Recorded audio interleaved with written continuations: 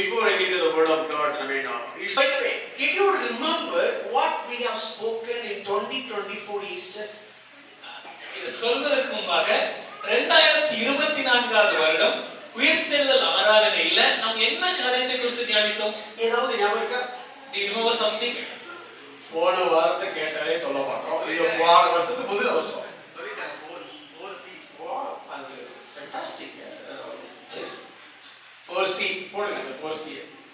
So we talked about courage, தைரியம், calmness, சாந்தம், commission, கட்டளை and command. அறிவிப்பு. We don't need to fear.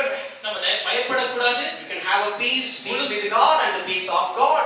முழு சமாதானம் நமக்கு இருக்கிறது. தேவனோடும் தேவ சமாதானம் நமக்கு இருக்கிறது. And we are here to fulfill the mission. தேவன் கொடுத்த ஊழியத்தை நிறைவேற்றவே and according to his commandments. அதை அவருடைய சித்தத்தின்படி அவருடைய உணர்த்தின்படி செய்ய வேண்டும். That's what we have preached to 2024. இதுதான் 2024வது வருடத்துல நம்ம சபையில தியானித்தோம். What did we discuss in 2025 Easter? கடந்த வருடம் 2025வது வருடம் உயிர்த்தெழுதல் திருநாள் பண்டிகை அன்னைக்கு என்ன காரியத்தை நாம் கற்றுக்கொண்டோம்? Wow, super fantastic. 4 hours. 4 R என்ற வார்த்தையை குறித்து தியானித்தோம். So our redemption, நம்முடைய மீட்பு, and how did we got now united with God, reunion, தேவனோடு எப்படி நாம் இணைக்கப்பட்டோம், and our own resurrection, நம்முடைய உயிர்த்தெழுதல், and our assurance. நமக்கு இருக்கக்கூடிய நம்பிக்கை. This is what we have studied last year. கடந்த வருடம் இந்த காரியத்தை நாம் தியானித்தோம். You know the problem of being a pastor in a church and preaching continuously to a single congregation. ஒரு போதகருக்கு இருக்கக்கூடிய பிரச்சனை தெரியுமா? அதுவும் குறிப்பாக ஒரே சபையில தொடர்ந்து எல்லா வாரங்களும் ஒரே சபையாருக்கு பேசக்கூடிய போதகர்களுடைய பிரச்சனை என்ன தெரியுமா? You cannot copy the same sermon. ஏற்கனவே பேசுனது மறுபடியும் பேச முடியாது. You cannot copy the same illustration. ஏற்கனவே சொன்ன உதாரணத்தை திரும்ப சொல்ல முடியாது. You cannot use the same joke. ஏற்கனவே வேடிக்கையா சொன்ன காரியத்தை மறுபடியும் சொல்ல முடியாது. You cannot use the pattern. The C's and R's are the same way. இது ஒரு புரிவதற்காக சொல்ற மாதிரி 4C 4R மாதிரி மறுபடியும் அதே திரும்ப சொல்ல முடியாது. Even when we recap, people will also join along with us in doing the recap. நாங்க சொன்ன காரியத்தை நினைப்பூட்டுவதற்கு சொல்லும்போது நீங்க அடுத்து இதுதான் சொல்லிட்டு இருக்கீங்க. And not only in one language, 2 languages, they will say that. அது ஒரு மொழியில இல்ல, இரு மொழியில கூட இப்பொழுது recap நடக்குது. So we changed it. Just we will talk about new thing today. இன்று வேறொரு காரியத்தை குறித்து உங்களோட பகிர்ந்து கொள்ள போகிறேன். So I'm going to talk about resurrection mentioned in the Bible. வேதத்திலே உயிர்த்தெழுதலை குறித்து காணப்படுகிற காரியங்களை உங்களோட பகிர்ந்து கொள்ள போகிறேன். So when it comes to resurrection, இந்த உயிர்த்தெழுதலை பார்க்கும்போது there are 9 resurrections have been mentioned. வேதத்திலே 9 விதமான உயிர்த்தெழுதலை நாம் வாசிக்கிறோம். Usually we talk about 8 resurrections. பொதுவாகவே 8 உயிர்த்தெழுதலை குறித்து நாம் பேசுவோம். But we have 9 resurrections. ஆனா 9வது ஒரு காரியம் காணப்படுகிறது. The first one is the resurrection, the widow of Zarephath's son. முதலாவதாக சாரிபாத் விதவையுடைய குமாரனுடைய உயிர்த்தெழுதல். Then the son of Shunammite woman. இரண்டாவது சூனமியாளின் குமாரன். Then the one man, the body has fell down on top of the bones of the prophet, and he got alive. Elisha's grave. அடுத்ததாக மரித்து போன செத்த ஒரு மனிதனுடைய சரீரமானது தீர்க்கதரிசியாகிய எலிசாவுடைய எலும்புகளின் மேல் பட்டபோது அவன் உயிர்த்தெழுகிறான். These 3 resurrections in the Old Testament. இந்த 3 உயிர்த்தெழுதலையும் பழைய ஏற்பாட்டில் நாம் வாசிக்கிறோம். When it comes to the New Testament in the Gospels, புதிய ஏற்பாட்டில் சுவிசேஷ புத்தகங்களை பார்க்கும்போது Jairus' daughter's resurrection, எபிரேயரின் மகள் உயிர்த்தெழுகிறார், and the widow of Nain, her son's resurrection, நாயினோர் விதவையின் மகள் உயிர்த்தெழுகிறாங்க, and the resurrection of Lazarus. Lazarus உயிர்த்தெழுகிறார். So these are the lifetime of Jesus Christ. இந்த உயிர்த்தெழுதலாம் இயேசுவானவர் உயிரோடு இருக்கும்போது நடந்த And காரியம். when Jesus was dead and buried, இயேசு உயிர்த்தெழுந்த பின்பு the moment of death, இயேசு மரித்தபோது there are so many saints that got resurrected. அநேக பரிசுத்தவான்கள் உயிரோடு எழுந்தார்கள். So then after that, during the time of apostles, அதன் பின்பு அப்போஸ்தலரின் நாட்களிலே the resurrection of Dorcas தொர்காள் அந்த அம்மா உயிர்த்தெழுந்தாங்க. and Eutychus. அதே மாதிரி ஐத்திகு என்பவர் So உயிர்த்தெழுந்தார். all these resurrections appeared in this Bible. இந்த எல்லா உயிர்த்தெழுதலையும் நம்ம வேத புத்தகத்துல வாசிக்கிறோம். But the resurrection of Jesus so unique and so special and so different from all these resurrections. இவர்கள் எல்லாரும் உயிர்த்தெழுந்திருந்தாலும் இயேசுவானவர் உயிர்த்தெழுதலை நாம் ஒப்பிட்டு பார்க்கும்போது இயேசுவின் உயிர்த்தெழுதல் இந்த எல்லா உயிர்த்தெழுதலை பார்க்கிலும் தனித்துவமானது, வித்தியாசமானது, விசேஷமானது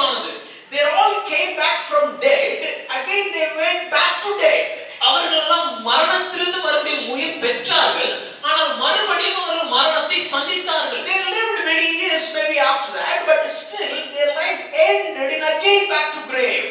உயிர்த்தெழுந்த பின்பு அநேக வருடங்கள் அவர் உயிரோடு இருந்தாலும் பின்பு ஒரு நாள் வந்தபோது அவருடைய வாழ்க்கை கல்லறையில் போய் முடிந்தது. But look at the resurrection of Jesus Christ. ஆனால் இயேசு கிறிஸ்துவின் உயிர்த்தெழுதலை நாம் பார்க்கும்போது This is completely special, completely different. இது முற்றிலும் வித்தியாசமானது, முற்றிலும் தனித்துவமானது. So today I would like to deal the resurrected events happened after Jesus' resurrection. ஆகவே இயேசுவானவர் உயிர்த்தெழுந்த பின்பாக இயேசுவின் வாழ்க்கையில் தரிசனமானபோது நடந்த காரியங்களை உங்களுடன் பகிர்ந்து கொள்ள போகிறேன். There are many got resurrected. No, in nine events you can read when it comes to resurrection. இந்த உயிர்த்தெழுதலை பார்க்கும்போது வேதத்திலே மற்ற 9 பேர் உயிர்த்தெழுந்த சம்பவங்களை நாம் வாசித்தாலும், But of course those things are teach many things. அந்த உயிர்த்தெழுதலிலிருந்து நாம் அநேக காரியங்களை கற்றுக்கொண்டாலும், But this one resurrection of Jesus Christ, ஆனால் இயேசு கிறிஸ்துவின் இந்த ஒரு உயிர்த்தெழுதல் even though it brought millions of blessings over us, நம்முடைய வாழ்க்கையில் கோடிக்கணக்கான ஆசீர்வாதங்களை இது கொண்டு வந்திருந்தாலும், but more than that, அதற்கும் மேலாக it taught some lessons.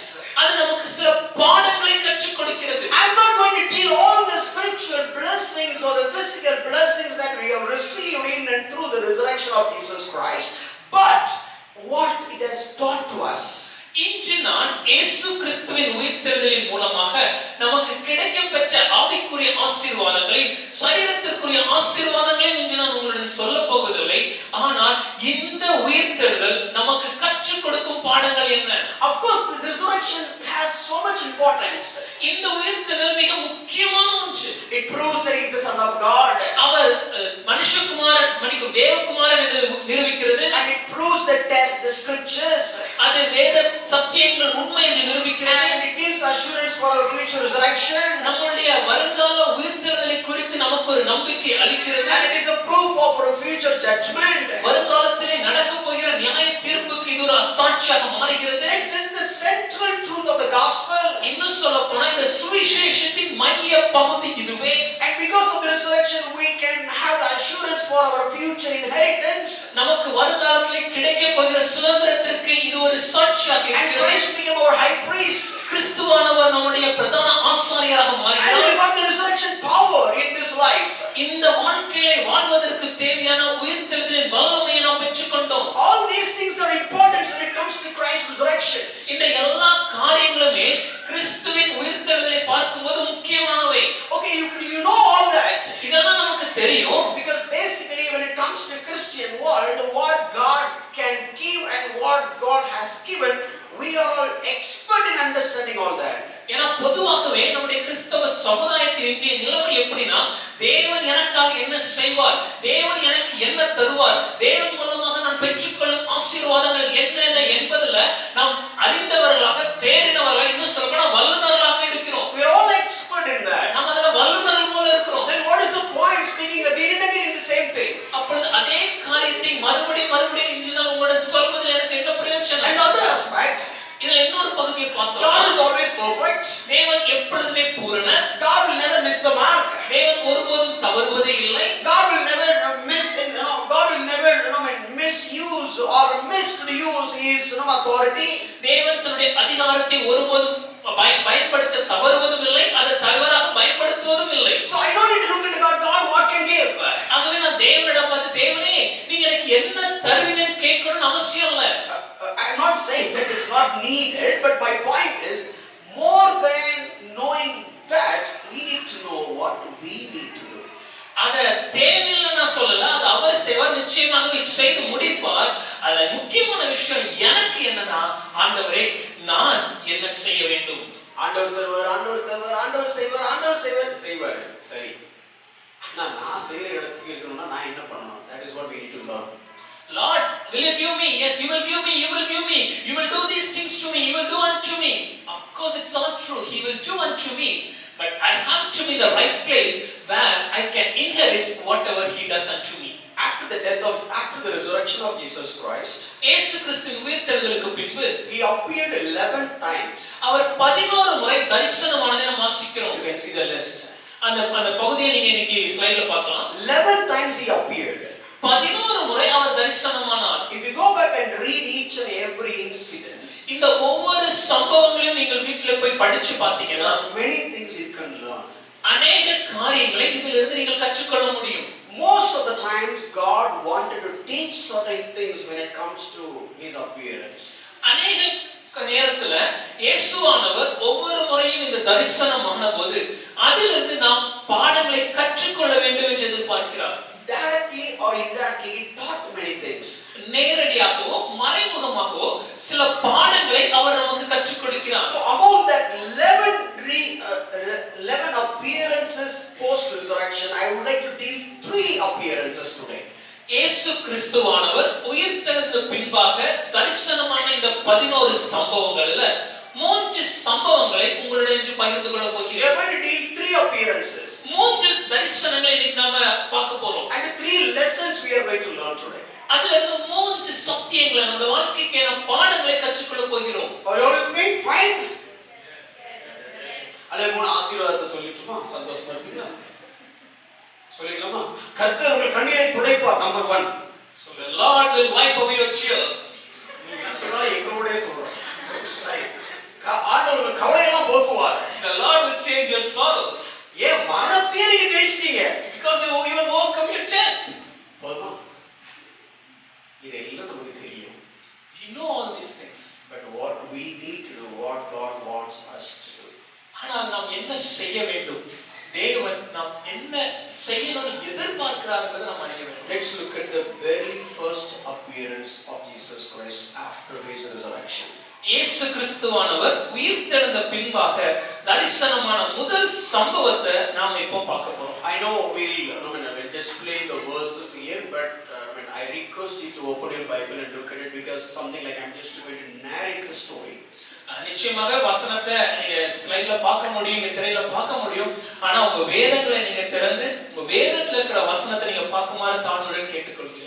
It is not very difficult to just flip over the pages. ஏன்னா வேதத்தின் பக்கங்களை திருப்புவது ரொம்ப கஷ்டம் இல்லைன்னு நினைக்கிறேன். Mostly we will deal the last chapter of each gospel. That's it. அதுல குறிப்பா சொல்லணும் ஒவ்வொரு சுவிசேஷ புத்தகத்துடைய கடைசி பக்கங்களை தான் நம்ம பார்க்க போறோம். When it comes to Matthew 28, மத்தேயுனா 28வது அதிகாரம், Mark 16, மார்க்னா அது 16வது அதிகாரம், Luke 24, லூக்கானா 24வது அதிகாரம், John 20:21. That's it. யோவான் புத்தகம்னா 20 மற்றும் 21 அதிகாரங்கள். So you can keep your fingers and just flip over. ஆகவே இந்த 4 புத்தகங்களுக்கும் இந்த 4 அதிகாரங்களுக்கு இடையில உங்க விரல்களை வைத்து நீங்க அங்க திருப்பி பார்க்கிறதுக்கு பிரயோஜனமா இருக்கும். So much to cover. So I want you to see that. அநேக காரியங்களை நாம் இன்று பார்க்க போகிறோம். ஆகவே நீங்கள் இத கவனமா பார்க்கணும்னு ஆசைப்படுறேன். Let's turn our Bible to Matthew chapter 28 verse 1. உங்கள் வேதங்களை திருப்புங்க மத்தேயு 28:1. I read that. வாசிக்கிறேன். Now after the Sabbath, toward the dawn of the first day of the week, Mary Magdalene and the other Mary went to see the tomb. ஓய்வு நாள் முடிந்து வாரத்தின் முதலாம் நாள் விடிந்து வருகையில் மகதலேனா மரியாளும் மற்ற மரியாளும் கல்லறையை பார்க்க வந்தார்கள். It's just Mary Magdalene and other Mary, or is there some other woman? இங்கே மகதலேனா மரியாளும் மற்ற மரியாளும் தான் வந்தாங்களா இல்ல வேறு சில பெண்கள் இருந்தாங்களா? Turn to Mark chapter 16 verse 1. இதை அறிந்து கொள்ள மார்க் 16ஆம் அதிகாரம் 1ஆம் வசனத்துக்கு It திருப்புங்க. says, when the Sabbath was passed, Mary Magdalene, Mary the mother of James, and Salome bought spices so that they might go and anoint him. ஓய்வு நாளான பின்பு Magdalene மரியாளும் யாக்கோபின் தாயாகிய மரியாளும் சலோமே என்பவளும் அவருக்கு சுகந்த வர்க்கம் இடும்படி அவைகளை வாங்கி கொண்டு வந்தார்கள். Early morning, அதிகாலை நேரம், coming to the graveyard. கல்லறைக்கு அவங்க வராங்க. Women, பெண்கள், they are coming to the graveyard. Just imagine. நீங்க கொஞ்சம் யோசிச்சு பாருங்க, பெண்கள் அதிகாலையில கல்லறைக்கு வராங்க. So how many? எத்தனை பேர்? 3. Who are all there? Mary Magdalene, Mary and Salome. Okay. Now let's go to Luke chapter 24 verse 1.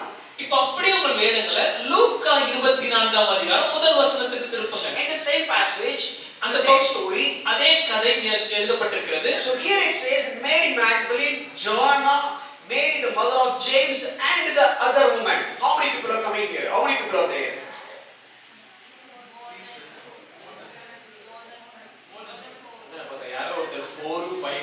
Okay.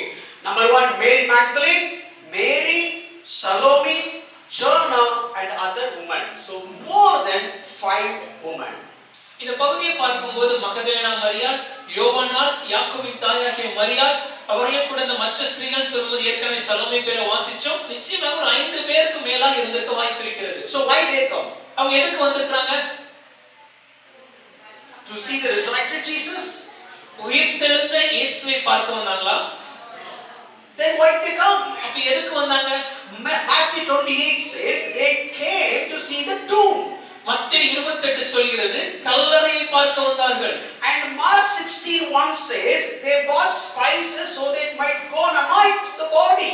Mark 11ஆம் அதிகாரம் சொல்லும்போது அவர்களுக்கு சுகந்த வர்க்கம் இடும்படி அவைகளை வாங்கி கொண்டு வந்தார்கள். And Luke 24 says they themselves prepared to anoint him. அதே இது லூக்கா 24ல பார்க்கும்போது அவர்கள் தாங்களே அந்த சுகந்த வர்க்கங்களை ஆயத்தம் பண்ணி அவருக்கு மேல பூசுவதற்காக வருகிறார்கள். So as a group, அப்போ ஒரு கூட்டமாக they came to meet the body of Jesus Christ. இயேசு கிறிஸ்துவின் சரீரத்தை பார்க்க அவர்கள் வருகிறார்கள். They never had a thought about the resurrection of Jesus Christ. இயேசு கிறிஸ்துவின் உயிர்த்தெழுதலை குறித்து அவர்களுக்கு சற்றேனும் சிந்தனை இல்லை. They came to the right place. சரியான இடத்துக்கு வந்தாங்க. They took risk. அதுக்கான சில கஷ்டங்களை அவங்க மேற்கொண்டாங்க. No man has come. எந்த ஆண்களும் கூட வரவில்லை. No man was ready to come and see what's happening. எந்த ஆண்களும் இந்த ஆபத்தான சூழ்நிலையை சந்தித்து வந்து பார்க்க தயாரா இல்லை. Even the apostles were not there. இன்னும் சொன்னா அப்போஸ்தலரும் வரவில்லை. Or even the latest, the disciples, Arimathea, Joseph and all these guys are also not coming. இன்னும் சொன்னா பின்னாட்களை அவரை பின்பற்றின சீஷர்களாகிய அரிமத்தியூரான யோசேப்போ இல்ல மற்றவர்களும் கூட வரவில்லை. All these women, சில பெண்கள் effort is right. அவங்க எடுத்த முயற்சி சரி, And the zeal is right. அவங்களுடைய வைராக்கியம் சரி, The passion is right. அவங்களுடைய பக்தி சரி, But the objective is wrong. ஆனா அவங்களுடைய நோக்கம் தவறு. Faithless zeal. விசுவாசம் இல்லாத வைராக்கிய வாஞ்சை. Exactly like us. நம்மள போலவே நம்மளும் இதே போலதாங்க. When it comes to Easter, உயிர்த்தெழுதல் திருநாள்னா if you look at all the churches in the morning, ஒவ்வொரு சபைகளையும் நம்ம அதிகாலையில பார்க்கும்போது usually they start the service 9 o'clock, but they will come at 10:15. பொதுவா 9 மணி ஆராதனைக்கு 10:15 10:30க்கு வர ஜனக்கூட்டம் அன்னைக்கு. I'm not talking about you guys, but I'm talking about the other churches. நான் நம்ம சபை சொல்லல, மற்ற சபைகளை குறித்து சொல்கிறேன். But when it comes to Easter, New Year, ஒரு உயிர்த்தெழுதல் திருநாள் பண்டிகையோ இல்ல புது வருட கொண்டாட்டமோ they come on time. அவங்க நேரத்துக்கு வருவாங்க. Even very early. நேரத்துக்கு முன்பாகவே வருவாங்க. Why? எதுக்கு? You will not get the seat. சீக்கிரம் வரலனா சீட்டு கிடைக்காது, இடம் கிடைக்காது. Zeal, வாஞ்சை, effort, அதுக்கான முயற்சி, but nothing they will receive. ஆனா எதையுமே அவர்கள் பெற்றுக்கொள்வதில்லை. In this crowd, there was one woman. இந்த கூட்டத்திலேயும் ஒரு பெண்மணி இருந்தார். Talking about that one woman, Mary Magdalene. And the difference. அந்த ஒரு பெண்மணியாகிய மகதலேனா மரியாளை குறித்து நான் சொல்றேன். அவங்க ஒரு வித்தியாசமானவங்க. My heart, when it comes to this passage, I want we all should act like this one woman. இன்னைக்கு என்னோட இருதயத்தின் வாஞ்சை என்னன்னா, நாம் எல்லாரும் நம்ம சபையாக நம்ம எல்லாரும் எப்படி இருக்கணும்னா இந்த ஒரு பெண்மணியை போல நம்ம இருக்கணும், இவங்களை போல நம்ம வாழணும். Today as Easter, everywhere you can have service. இன்னைக்கு உயிர்த்தெழுதல் திருநாள் அன்று ஒவ்வொரு இடத்திலும் நமக்கு ஆராதனைகள் உண்டு. There are many Marys, many Magdalenes, many Joanna, many Salome, many other women. They all came to see Jesus. ஒவ்வொரு பேரும் அன்னைக்கு சொல்லப்போனா மரியாள் இருக்காங்க, யாக்கோபின் தாயார் இருக்காங்க, சலோமே இருக்காங்க, மற்ற ஸ்திரீகள் எல்லாருமே இயேசுவை பார்க்கிறதுக்கு வந்தாங்க. But the Magdalene is different. ஆனால் இந்த மகதலேனா மரியாள் வித்தியாசமானவங்க. I request you all to live like this Magdalene. நான் இன்னைக்கு உங்களிடம் கேட்டுக்கொள்கிற விண்ணப்பம் காரியம் என்னன்னா, இந்த பெண்ணை போல நாம் வாழ வேண்டும். What is the uniqueness of this Magdalene among all searchers or all the seekers? தேடி வந்த மற்ற எல்லா பெண்களை பார்க்கிலும் இந்த மகதலேனா மரியாளிடம் காணப்பட்ட விசேஷ குணம் என்ன? Who is Magdalene? முதலாவதாக இந்த மகதலேனா மரியாள் யார்? Luke chapter 8 verse 2. லூக்கா 8வது அதிகாரம் 2வது வசனம். She was demon possessed. அவர்கள் ஒரு பிசாசுகளை பிடிக்கப்பட்டவர்கள். 7 demon possessed. இது சொல்லப்போனா 7 பிசாசுகள் And பிடிக்கப்பட்டவர்கள். Jesus delivered her. இயேசு அவர்களை விடுதலையாக்கினார். How many got delivered from demon possessed? எத்தனை பேருக்கு பிசாசுகளிலிருந்து விடுதலை கிடைத்திருக்கு? உங்களுக்கு பிசாசுக்கு சம்பந்தமே இல்லல்ல. ச்சே, அவ மோசம் 7 பிசாசு உள்ள இருந்தது. How bad she is, 7 demons upon her. பக்கத்துல கை எப்படி சொல்லுங்க. Hold your neighbor's one. அங்க வெறும் 7 தான். Only 7 there. அங்க என்ன முடிஞ்சது? At least we can count there. At least it is recorded only 7. இல்ல 7 தான் எழுதவா செஞ்சாங்க. If we inquired each and every family members of you, ஆனா உங்களை பத்தி உங்க வீட்ல இருக்கிற ஒவ்வொருத்தரையும் கேட்டா ஒவ்வொரு பேய் பேரா சொல்லுவாங்க. they'll talk about individual names of the demons. By the way, I'm not talking about that demons. நான் அந்த பிசாசை பத்தி நீ சொல்லல. But no, but we were under the control of devil. நாம் ஒரு காலத்தில் ரட்சிப்பதற்கு முன்பாக பிசாசின் ஆளுகைக்கு கீழ் இருந்தோம். The boss of all demons is the devil. அனைத்து பிசாசுகளின் தலைவன் அந்த பெல்செபூல். And that demon, that devil is oppressing us. அந்த பிசாசானவன் இன்று நம்மை ஆளுகை செய்கிறான். Not now, earlier. முன்பாக அவன் நம்மை ஆளுகை செய்து So கொண்டிருந்தான். she has got delivered from 7 demons.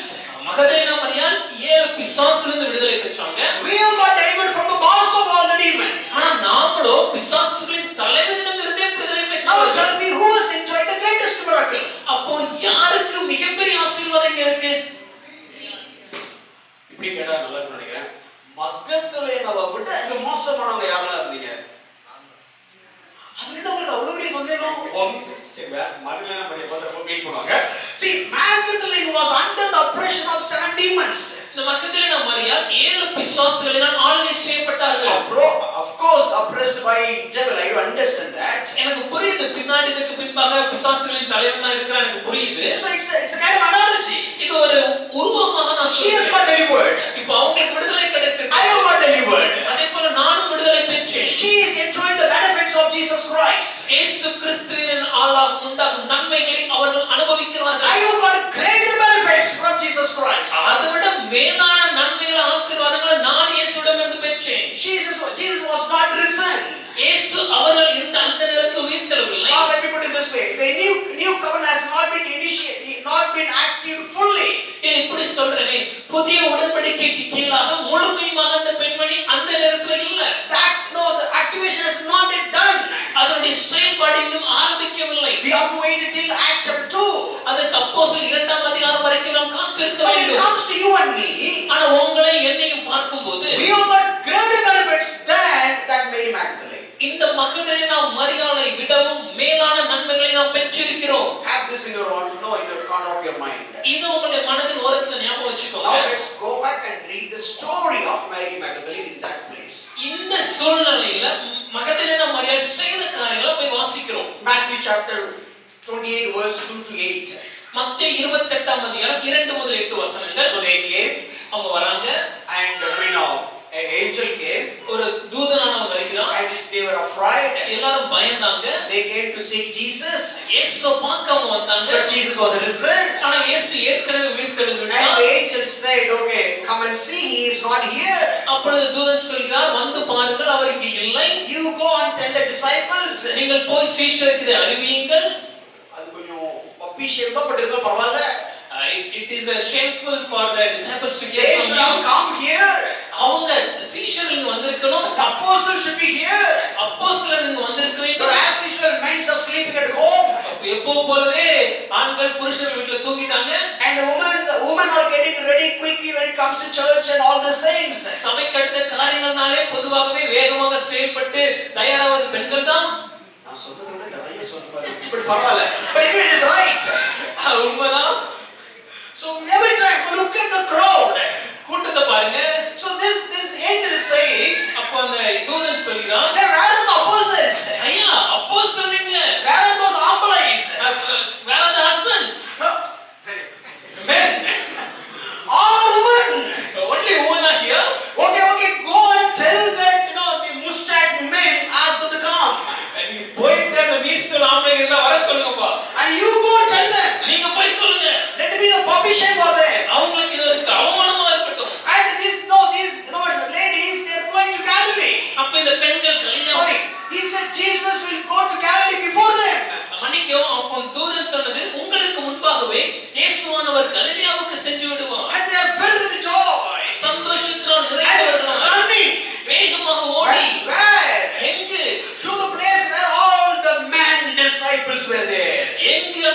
புருஷர்களாகிய தைரியசாலிகளாகிய அந்த சீஷர்கள் இருந்தார்களோ அங்கு சென்று புருஷர்களாகிய தைரியசாலிகள் சீஷர்கள் இதெல்லாம் super fantastic right nice translation and when they went there அவங்க அங்க போயிட்டு now they went and told all the disciples பெண்கள் சென்று இந்த எல்லா சீஷர்களிடம் இந்த செய்தியை அறிவித்தாங்க. ரோசம் வந்துச்சு. Now they got their heart. அங்கே ஒரு குரூப் என்ன படிச்சிருக்காங்க, no this is a kind of a story. அந்த சீஷன் ஒரு கூட்டம் இவங்க ஏதோ பார்த்துட்டு கட்டுக்கதை ஏதோ சொல்லிட்டு இருக்காங்க. How come that person will rise? எப்படி மரித்தவர் உயிரோடு எழும்ப முடியும்? And two persons got ignited. ஆனா அதுல ரெண்டு பேரோட இருதயத்துல ஒரு அனல் எழும்பியது. And that is one is Peter and other is John. அது ஒன்று பேதுரு மற்றொன்று யோவான். So now Peter and John started coming to this place. அவர்கள் இருவரும் இந்த கல்லறை இடத்துக்கு வருகிறார்கள். நம்மளுக்கு வேக இப்போ வந்துச்சு பாருங்களேன்.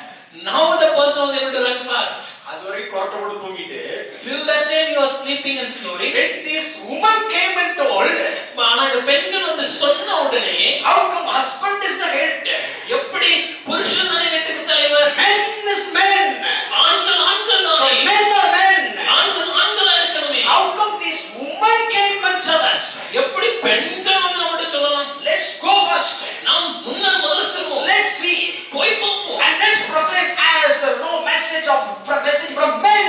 நாம போயிட்டு இந்த ஆண்கள் சொல்ற செய்தி அறிவிக்கணும். Now they started running. வேகமா ஓடுறாங்க. It seems like a race. ஒரு ஓட்டப்பந்தயம் மாதிரி. But just imagine the passage is very nice. நீங்க அந்த பகுதி வாசிக்கும்போது கற்பனை பண்ணி வாசிங்க ரொம்ப அருமையா இருக்கும். It seems like John and Peter are the race. இது என்ன பேதுருவும் யோவானும் ஓட்டப்பந்தயத்துல வேகமா ஓடுற மாதிரி. It's like just me and Sylvan.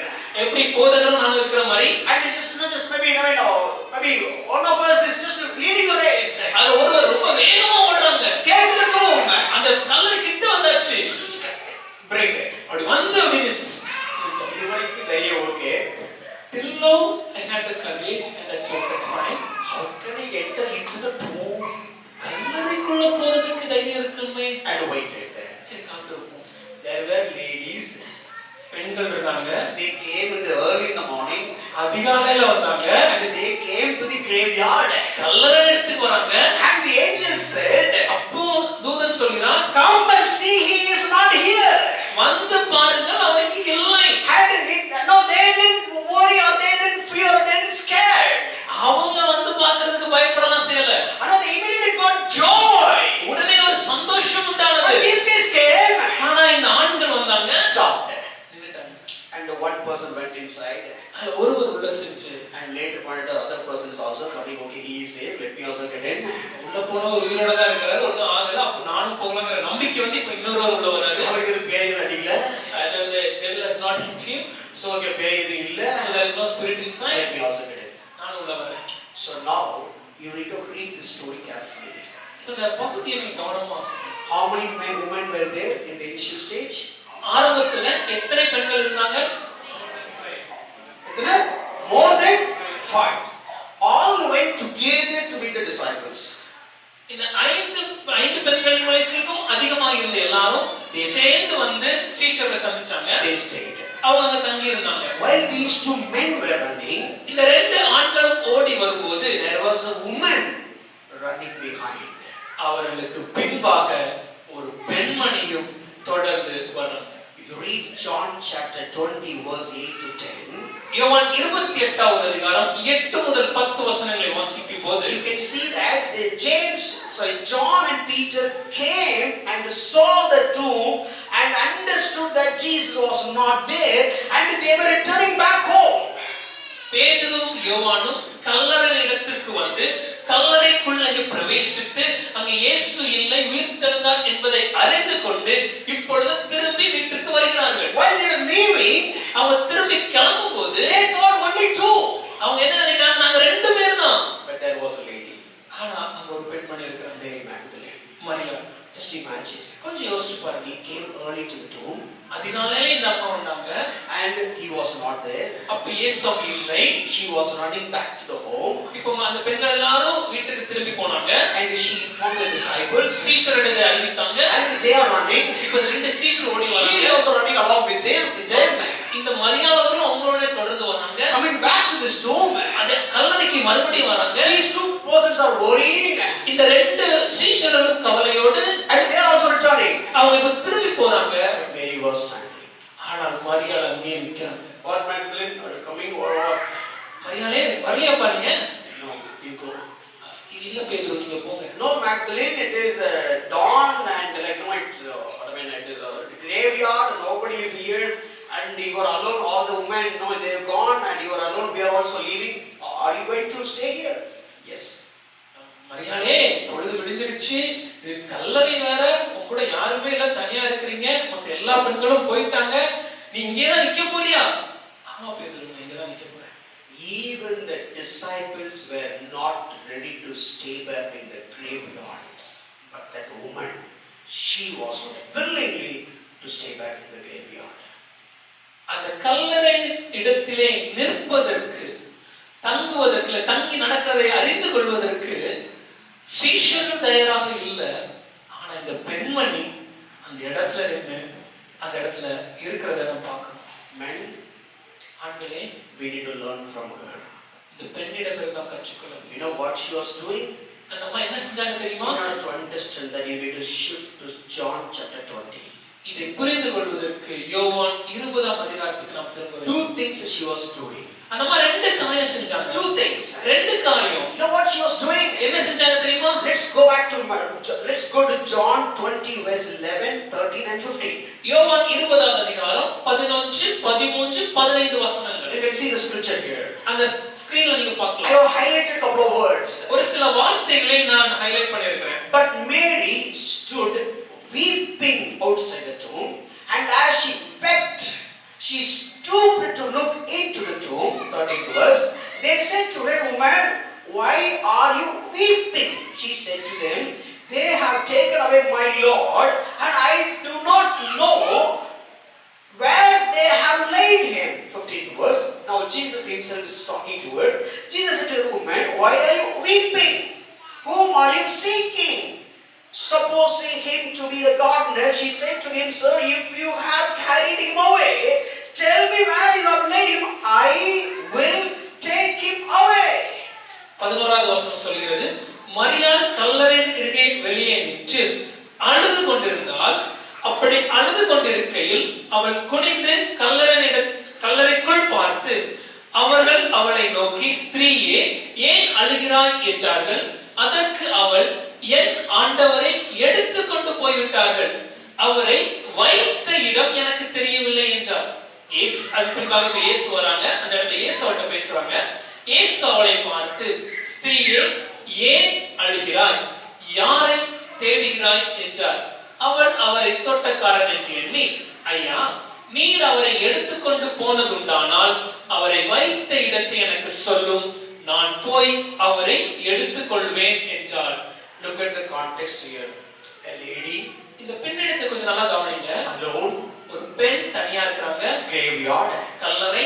and she said, அப்ப அவங்க சொல்றாங்க, "If you find the body, ஐயா சரீரத்தை நீங்க கண்டுபிடிச்சீங்கன்னா let us know, let me know. என்கிட்ட சொல்லுங்க, I will go and take." நான் போய் எடுத்துக்கிறேன். Mary, how is it possible? மரியாளே, இது எப்படி சாத்தியம்? How can you take the body by yourself? எப்படி தனியா போய் உங்களால அந்த சரீரத்தை எடுக்க முடியும்? Sir, I love him so much. ஐயா, நான் அவரை அதிகமாக நேசிக்கிறேன். Love will give me the strength. அந்த அன்பு எனக்கு தேவையான பலனை கொடுக்கும். I was longing to see him. அவரை பார்க்க ஆவலா இருக்கிறேன். I don't care whether he is alive or dead. அது உயிரோடையோ இல்ல மரணத்துக்கு பின்பு எனக்கு பிரச்சனை இல்லை. I'm not here to come to get something. எதையாவது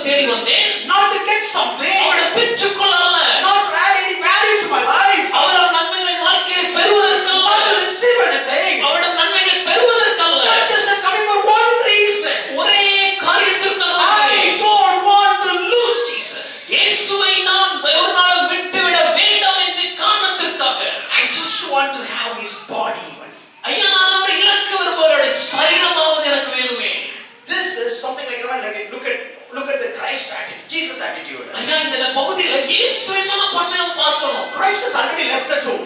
இயேசு ஏற்கனவே கல்லறையிலிருந்து வெளியே வந்து விட்டார் என்று நாம் அறிவோம். And he was you would have concealed him not to reveal to her.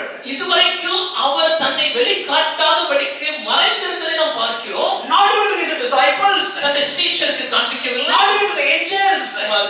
தூதர்கள் பார்க்கவில்லை. Not to the apostles. அப்போஸ்தலர்கள் பார்க்கவில்லை. Not to the faithful Joseph. அந்த உண்மையாக இருந்த அந்த யோசேப்பு பார்க்கவில்லை. கல்லறை கொடுத்தது அவர்தான். Because he was the one who gave the tomb. And not even the Nicodemus, the last minute saint. கடைசி நேரத்தில் பரிசுத்தமான காரியங்களை செய்த நிக்கோதேமுக்கு அவர் காட்சியளிக்கவில்லை. Not to the men. ஆண்கள் யாருக்கும் காட்சியளிக்கல. Jesus himself waited. இயேசு காத்திருந்தார். To reveal himself. தன்னை வெளிக்காட்ட.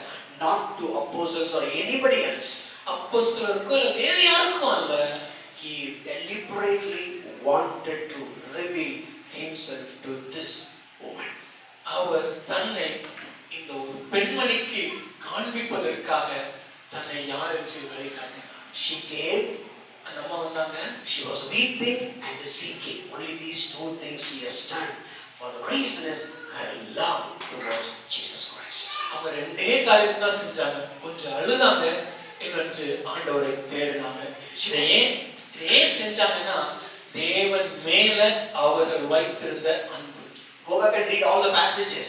இந்த பகுதியை மொத்தமா வாசிச்சு பாருங்க. She was seeking and weeping. தேடுகிறாங்க, அழுறாங்க.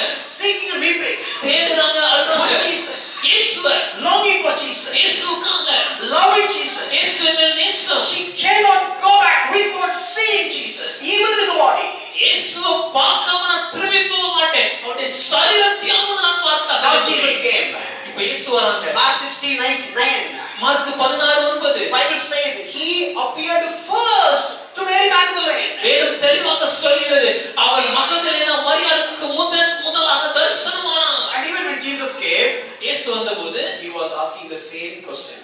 இயேசு இதே கேள்வி தான் கேட்டாங்க. Woman, ஸ்திரீயே, why are you weeping? ஏன் அழுகிறாய்? Whom are you seeking? யாரை தேடுகிறாய்? In the situation you came here only for this purpose. இந்த சூழ்நிலையில இந்த ஒரே நோக்கத்துக்காக தான்ப்பா நீங்க வந்தீங்க. You seeking and weeping for me. எனக்காக அழுகிறாய், என்னை தேடுகிறாய். இப்படி எடுத்துக்கலாம் அந்த ஸ்டோரியை. Can you think the story this way? Resurrected Jesus. இயேசு உயிர்த்தெழுந்து விட்டார். Historic event. மிக முக்கியமான வரலாற்று சிறப்பு மிக்க ஒரு நிகழ்வு. It's an important event in the entire human history. இந்த மனித வரலாற்றிலேயே மிக முக்கியமான ஒரு பதிவு இது. And Jesus resurrected. இயேசு உயிர்த்தெழுந்தார், Came. வந்தார். The first word he has spoken to this Mary. உயிர்த்தெழுந்த பின்பு இந்த மகதலேனா மரியாளுக்கு முதல் முறையாக அவர் பேசினார். The first appearance to this Mary. அவருடைய முதல் தரிசனம் காட்சியளித்ததும் இந்த Magdalene. And the first name he called out, that is this Mary. அவர் முதலாக அழைத்த பெயரும் இந்த மரியாள். The first appearance, முதல் காட்சி, the first utterance, முதல் வார்த்தை, and the first calling out name. முதல் முறையாக பெயரை அழைப்பதும். Oh no, Peter has so many things. All the people have so many things. ஐயா, பேதுருவோ மற்ற ஸ்ரீஷர்களோ அநேக சிறப்புகள் மிக்கவர்கள். But still, ஆனால் that Mary got the opportunity. இந்த மரியாள் இந்த வாய்ப்பை பெற்றுக்கொண்டார். What made Jesus to conceal himself, not to reveal it to anybody? மற்ற யாருக்கும் காட்சி அளிக்காதபடிக்கு தன்னை மறைத்து வைத்திருந்த அந்த இயேசு Why he has revealed it to this lady? எதற்காக இந்த மரியாளுக்கு மாத்திரம் தான் தரிசனமாக? When Peter and John came, Jesus didn't reveal himself and spoke to them. But why Jesus spoke to this lady? பேதுருவும் யோவானும் வந்தபோது காட்சியளித்து பேசாத இயேசுவானவர் எதற்காக இந்த பெண்மணிக்கு தரிசனமாகி பேச வேண்டும்? He didn't call the name of Peter, he didn't call the name of John, the beloved one and the one who is with all zeal, the spokesperson kind, but still he called out the name of this Mary. மிகுந்த வேகமும் வைராக்கியம் நிறைந்த பேதுருவின் பெயரை அவர் அழைக்கவில்லை. தனக்கு மிகவும் பிரியமாயிருந்த சீஷனாகிய யோவானின் பெயரையும் அழைக்கவில்லை. எதற்காக இந்த பெண்ணின் பெயரான மகதலேனா மரியாள் என்று அவர் அழைத்தார்? Longing. அந்த ஏக்கம், Longing towards God. தேவனுக்கு மேல இருக்கக்கூடிய ஏக்கம். Jesus wants us to learn a lesson from this first appearance. இந்த முதல் தரிசனத்திலிருந்து இயேசு நம் சில பாடங்களை கற்றுக்கொள்வதை Whom I like, ஐயா நான் யாரை நேசிக்கிறேன், whom I honor, யாருக்கு கணம் கொடுக்கிறேன், whom I looking for. யாரை தேடுகிறேன். Maybe you are like a Peter, ஒருவேளை நீங்க பேதுருவா maybe you இருக்கலாம், are like a John, இல்ல யோவானா இருக்கலாம். but you are coming to the tomb, கல்லறைக்கு வரலாம், but you left. ஆனா திரும்பி போயிட்டீங்களே. Maybe you are like a Jonah, இல்ல யோவானா மாதிரி you are இருக்கலாம், like a Salome, சலோமி மாதிரி you are இருக்கலாம், like a Mary, the mother of thunders of sons. இல்லனா இடி முழக்கத்தின் மகன்களின் தாயாகிய மரியாதாக இருக்கலாம். You came, நீங்க வந்தீங்க, you tried to find, என்ன தேடி கண்டுபிடிக்க but முயற்சித்தீங்க, you left. ஆனா திரும்பி போயிட்டீங்க. But this Mary, ஆனால் இந்த மரியாதை rejected by the society, சமுதாயத்தால் a புறக்கணிக்கப்பட்டவங்க, crucified enemy, சத்ருவால அழுத்தம் கொள்ளப்பட்டவங்க, but still ஆனால் looking for her longing. அவங்க இருதயத்துல இருந்த அந்த She ஏக்கம், is not looking for Jesus to receive something. இயேசுவிடமிருந்து எதையாவது பெற்றுக்கொள்ள என்று வரவில்லை, To see Jesus. ஆனா இயேசுவை பார்க்கணுமே. My dear friend, எனக்கு அன்பானவர், what is your aim following Jesus Christ? என்ன காரணத்துக்காக நம்ம இயேசுவை பின்பற்றுகிறோம்? What is your purpose of seeking Jesus? என்ன நோக்கத்திற்காக இயேசுவை பின்பற்றுகிறோம்? What is the use of the dead body? செத்து போன அந்த மரண சரீரத்தினால அது எனக்கு என்னையா But பிரயோஜனம்? still I want the body. ஆனால் எனக்கு அந்த சரீரம் வேண்டுமே, Not to receive something from the body, அந்த சரீரத்திலிருந்து எதையாவது பெற்றுக்கொள்ள அல்ல, but to anoint the body. அந்த சரீரத்துக்கு சுகந்த வர்க்கங்களை பூசுவ, Give something to the body. அந்த சரீரத்துக்கு சிலவற்றை கொடுக்க.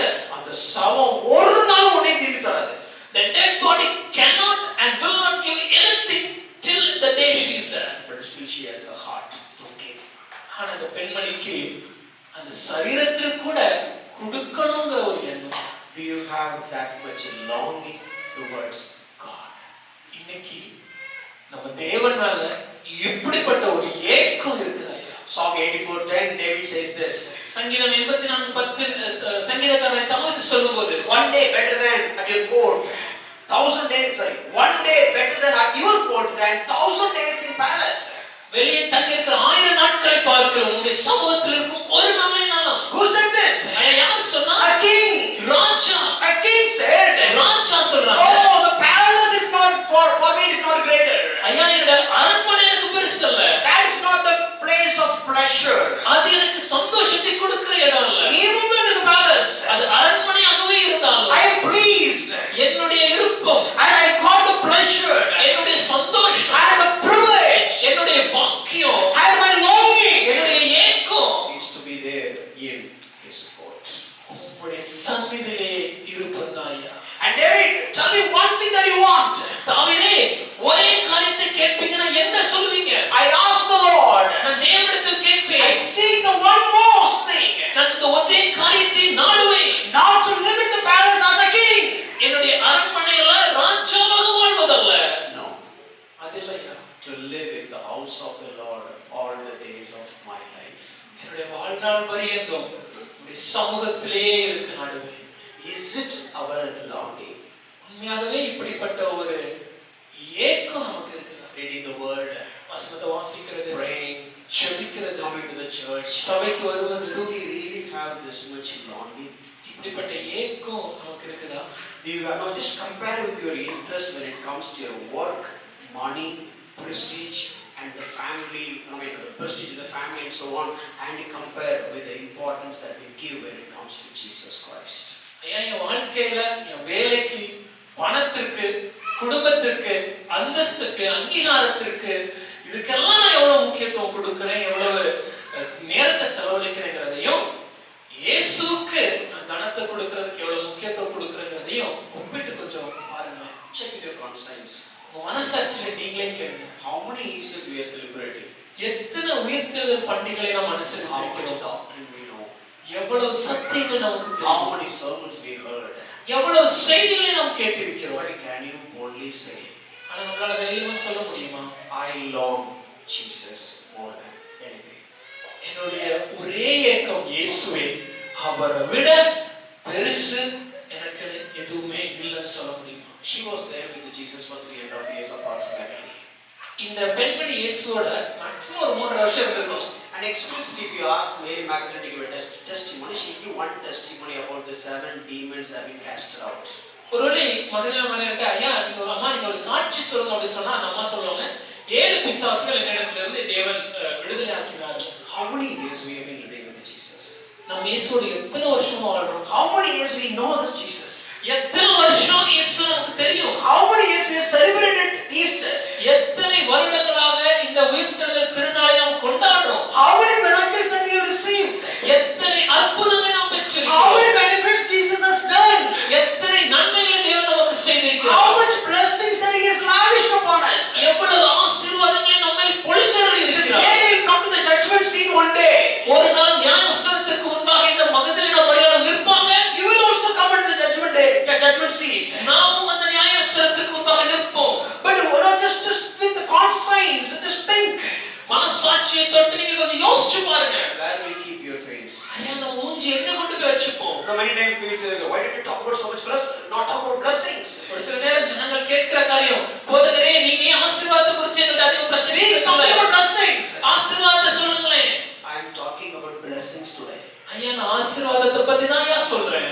Mary Magdalene 2000 years later still we are talking about her as a heroine. 2000 வருடங்களுக்கு முன்பாக மகதலேனா மரியாள் செய்த காரியம் அவர்களை குறித்து இன்றும் நாம் பேசுகிறோம். We still know and we just learn so many things from her. இன்றும் அவரிடமிருந்து நிறைய பாடங்களை கற்றுக்கொள்கிறோம். Such life, இப்படிப்பட்ட ஒரு a வாழ்க்கை, life transformed. ஒரு மறுரூபமான வாழ்க்கை, Her life became the bookmark in the human history. மனித வரலாற்றிலேயே குறிப்பிடத்தக்க ஒரு சமூகமாக மாறப்பட்ட ஒரு வாழ்க்கை. She did only one thing. அவங்க ஒரே விஷயத்தை தான் செஞ்சாங்க. Longing and seeking Jesus Christ. இயேசுவை தேடி இயேசுவை கண்டுபிடிக்க முயற்சி. That is what Matthew 6:33 says. அதுதான் மத்தேயு 6:33 சொல்லுது. You want all the blessings? ஐயா எல்லா ஆசீர்வாதம் வேணுமா? You want shelter? ஐயா உறைவிடம் வேணுமா? You want clothing? உடை வேணுமா? You want food? உணவு வேணுமா? And all the things for life. இந்த ஜீவனுக்கு தேவையான சகலமும் வேண்டுமா? And you want extra, additional, abundant manner. அந்த இதற்கு மேலாக அதிகமாக இன்னும் அதிகமாக வேணுமா? Seek Him first. முதலாவது தேவனை தேடுங்கள். You know what is our problem? ஆனா இன்னைக்கு நம்ம பிரச்சனை என்ன தெரியுமா? We put the cart first and horse next. இன்னைக்கு நம்ம வண்டியை முன்னாடி வச்சிட்டு குதிரையை பின்னாடி கட்டிடுவோம். And we want the life has to go on. ஐயா வண்டி போக மாட்டேங்குது, வண்டி போக மாட்டேங்குது. I'm coming to church. சபைக்கு வரேன். I'm praying. ஜெபிக்கிறேன். Reading Bible. வேத But வாசிக்கிறேன். still look at my life. என் வாழ்க்கையை பாருங்க. பின்னால இருக்கிற குதிரை கட்டி முன்னால கட்டு சார் வாழ்க்கை போகும். Sir, please untie the horse from behind and put it in the front. Automatically the life will move forward. We keep God behind. நம்ம வாழ்க்கையில தேவனை பின்னாடி வச்சிரோம். We keep devotion life behind. நம்ம வாழ்க்கையில தியான வேலையை பின்னாடி வச்சிரோம். We keep fellowship behind. ஐக்கிய வேலையை பின்னாடி வச்சிரோம். And we keep church behind. சபை வேலையை பின்னாடி வச்சிரோம். Let me tell you. ஒரு விஷயத்தை சொல்கிறேன். This is the truth. இதுவே சத்தியம். You cannot move forward keeping the horse at the rear end of your cart. உங்களுடைய வண்டியோட பின்னாடி நீங்க உங்களோட குதிரையை வச்சிருந்தீங்கன்னா உங்க வண்டி முன்னாடி போகவே போகாது.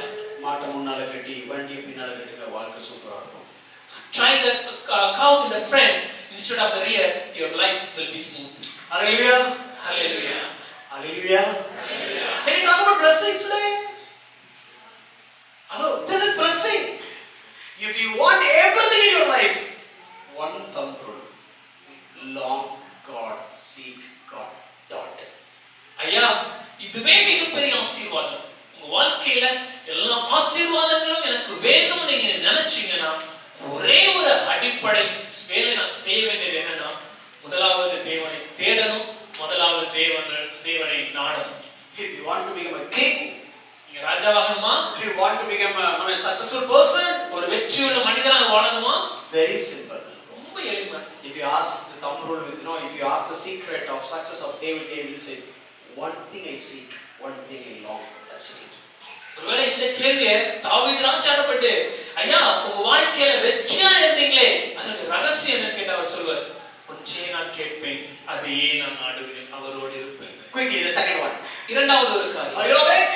Yes. Listening? Yes. Super. Third appearance of Jesus Christ. இயேசு கிறிஸ்து மூன்றாவதாக யாருக்கு காட்சியளித்தார்? This is turn your Bible to Luke chapter 24. லூக்கா 24வது அதிகாரத்தை திருப்பிக் கொள்ளுங்கள். This is basically two disciples disciples, they are walking towards Emmaus. இங்க ரெண்டு சீஷர்கள் எம்மாவுக்கு நேராக செல்கிறார்கள். And it's 7 miles from Jerusalem. அது எருசலேமிலிருந்து ஒரு 7 மைல் தொலைவு. So they are traveling from Jerusalem and walking on the 7 miles towards Emmaus. அவர்கள் எருசலேம் பட்டணத்திலிருந்து கிளம்பி 7 மைல் தூரம் பிரயாணம் பண்ணி எம்மாவு பட்டணத்துக்கு It's வருகிறார்கள். approximately 7 to 8 miles. 7 ல இருந்து 8 மைல் இருக்கும். And when they know while they're on their way, அந்த வழியாக அவர்கள் வரும்போது and Jesus come along with them, இயேசு அவர்கள் எதிர்பட்டு and வருகிறார். look at their conversation. அது நடந்த அந்த உரையாடலை பாருங்க. 17th verse says, 17வது வசனம் they சொல்கிறது. were looking so sad. அவங்க துக்க முகமுள்ளவர்களா இருந்தார்கள். Who said that? யார் சொல்றா? Jesus himself said, hey guys, why are you so sad? இயேசுவே அவர்களை பார்த்து ஏன் துக்க முகமுள்ளவர்களா இருக்கீங்கன்னு கேக்குறாங்க. And their response, அதுக்கு அவங்க பதில் என்னன்னா 19th verse, 19வது வசனம். concerning Jesus of Nazareth, a man who was a prophet, mighty in deed and word before God and all the people. அதற்கு அவர்கள் நசரேயனாகிய இயேசுவை குறித்தவைகளே, அவர் தேவனுக்கு முன்பாகவும் ஜனங்கள் எல்லாருக்கும் முன்பாகவும் செய்கையிலும் வாக்கிலும் வல்லமையுள்ள தீர்க்கதரிசியா இருந்தார். So was Jesus a prophet? அப்போ இயேசு தீர்க்கதரிசியா? No. We thought, he was doing so many things, wonders and miracles. இல்லையா அவர் நிறைய அற்புத அடையாளம் செஞ்சனால அப்படி நினைச்சோம். The very first mentality is, அவங்களுடைய முதல் மனப்பான்மை என்னன்னா, look at expectation. அவங்க எதிர்பார்ப்பு என்ன? The deed and word. செய்கையிலும் வாக்கிலும் So many things he has done. அநேக விஷயம் செஞ்சாரு. So many miracles. அநேக அற்புதங்கள். So we saw the miracles. அதெல்லாம் நம்ம பார்த்தோம். And I thought, அப்ப என்ன நினைச்சேன்? he was a redeemer. அவர்தானே ரட்சகர். He was a prophet. அவர் தீர்க்கதரிசி. Doing so many things. நிறைய அற்புதம் செஞ்சாரு. Now we thought he's a redeemer. அப்ப அவரை ரட்சிப்பார் நினைச்சோம். Luke 24:21. 24:21. We had hope. நாங்கள் நம்பி இருந்தோம். அப்படியே இப்போ என்னவா இருக்கிறோம்? So that what does that mean? Do they have the hope now? We had hope. முன்பு நம்பி இருந்தோம். Hope itself futuristic. இந்த நம்பிக்கைன்னு சொல்றதே எதிர்காலத்தை குறித்த வார்த்தை. But the futuristic turned into past participle. ஆனா எதிர்காலத்தை குறித்து சொல்லப்பட வேண்டிய ஒரு வார்த்தை இப்ப கடந்த காலமாக மாறிவிட்டது. We had hope. முன்னாடி நம்பணும். How we thought he would redeem Israel. ரட்சிப்பார் நினைச்சோம். So what's happened now? அப்ப என்ன நடந்துச்சு? He is dead. இல்ல மரிச்சு போயிட்டார். காப்பாத்துவார் நம்பினோம் ஆனா அவரே செத்து போயிட்டார். We thought he will save us, but he himself is dead and gone now. If I were there among them, நான் அந்த கூட்டத்தில் இருந்தேனா, my question to them is, அந்த இருவரிடம் நான் ஒரு கேள்வி கேட்க விரும்புகிறேன். so you believed Jesus as a prophet? இயேசு ஒரு தீர்க்கதரிசியா நம்புறீங்க. At one point of time you believed he is a redeemer? ஒரு காலகட்டத்துல ஒரு ரட்சிப்பார் நம்புறீங்க. Since he was dead. ஆனா இப்ப மரித்ததுனால, So that became your assumption or your hope. அப்போ அது முன்னே நீங்க நினைச்சிருந்ததுல நம்பி இருந்ததா? So now presently what is your status? அப்ப இப்போ நீங்க என்ன நம்புறீங்க? Dead. 3 days over. ஐயா மரித்து 3 நாள் ஆயிடுச்சு, எல்லாம் கதை முடிஞ்சிருச்சு. So you believe that he is gone. அவங்க என்ன நினைச்சாங்கன்னா இயேசு வாழ்க்கை கடந்துடுச்சு. So your prophet imagination is also wrong. உங்களோட தீர்க்கதரிசிங்கிற எண்ணம் அது முடிஞ்சிடுச்சு. Or redeemer, that concept is also wrong because he is dead. நீங்க ரட்சிப்பார் நினைச்சீங்க, அது தவறாயிடுச்சு. ஏன்னா அவர் மரிச்சிட்டாரு. But 3 days. 3 நாள் ஆயிடுச்சு. And why is there any surprise happening? ஏதாவது ஆச்சரியம் என்ன நடந்துச்சா? No, these ladies went there. ஆமாமா நடந்துச்சு. பெண்கள்லாம் போனாங்க. His body was not there, it seems. அங்க சரீரத்தை காணும்பா. Hey boss, his body was not there. சரீரத்தை காணுமா? Did you think about it? யோசிச்சு பாத்தீங்களா? Why the body was not there? ஏன் சரீரம் இல்லை? No, we don't know yet. தெரியல pass. Oh, don't understand anything. ஒண்ணும் புரியல உங்களுக்கு. But you are not get surprised. உங்களுக்கு ஆச்சரியமா இல்லையா? Yeah, we got surprised because they have seen angels. இல்ல ஆச்சரியம் இருந்துச்சு. ஏன்னா அவங்க தூதரை பார்த்தாங்கல்ல. So they saw angels and that made us surprised. இந்த தூதரை பார்த்தது உங்களுக்கு ஆச்சரியமா இருக்கு. But the body was not there. That was not our surprise. ஆனா சரீரம் இல்லங்கிறது உங்களுக்கு ஆச்சரியமா இல்லையா? Luke 24:24. Luca 24:24. They found it just as the woman had said, but him they did not see. ஸ்திரீகள் சொன்னபடியே கண்டார்கள், அவரையோ காணவில்லை. சார் அவர் காணலன்னா வேற இங்கிலீஷ்ல ஏதாவது யோசிச்சீங்களா? அவர் காணல பாவம்.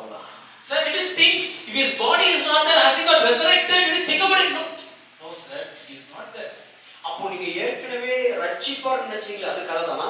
So you thought he will redeem you? Is that a fake story? If it is Messiah and if you read the Bible, you would have understood that this guy will resurrect.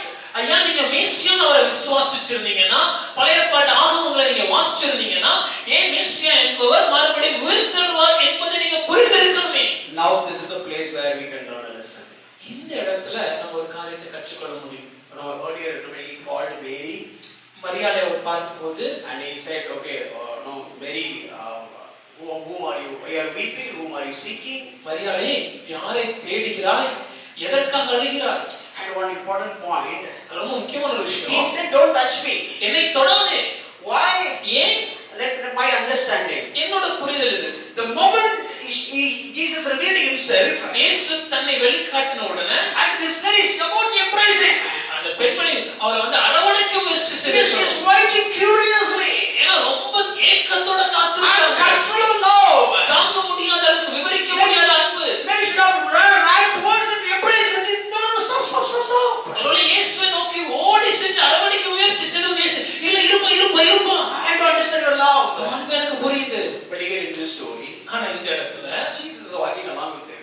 கூடவே இயேசு நடக்கிறார். And Jesus was talking about the scripture. இயேசு வசனத்தை பத்தி, வேத வாக்கியங்களை பத்தி பேசுறாரு. And still these people don't understand. ஆனா இந்த ரெண்டு பேருக்கும் புரியல. And Jesus was really appreciating them. அந்த இடத்துல இயேசு அங்க பாராட்டு. But you know what appreciation it is? என்ன பாராட்டு தெரியுமா? Look at Luke chapter 24-25. Luca 24:25. By the way, சொல்லும்போது, we read Bible, நாம் வேதத்தை வாசிக்கும் போது, we pray, நாம ஜெபிக்கிறோம். and Jesus also walk along with us. நம்மளோட தான் இயேசு நடக்கிறாரு. But we don't believe. ஆனா இயேசு நம்ம நம்ப மாட்டோம். If you live in that way, அப்படி நம்ம இருந்தோம்னா, your destination has been marked there. நம்மளுடைய பெயர் என்னன்னு வேதம் இங்க சொல்லுது. பாத்தீங்களா? சத்தமா சொல்லுங்க.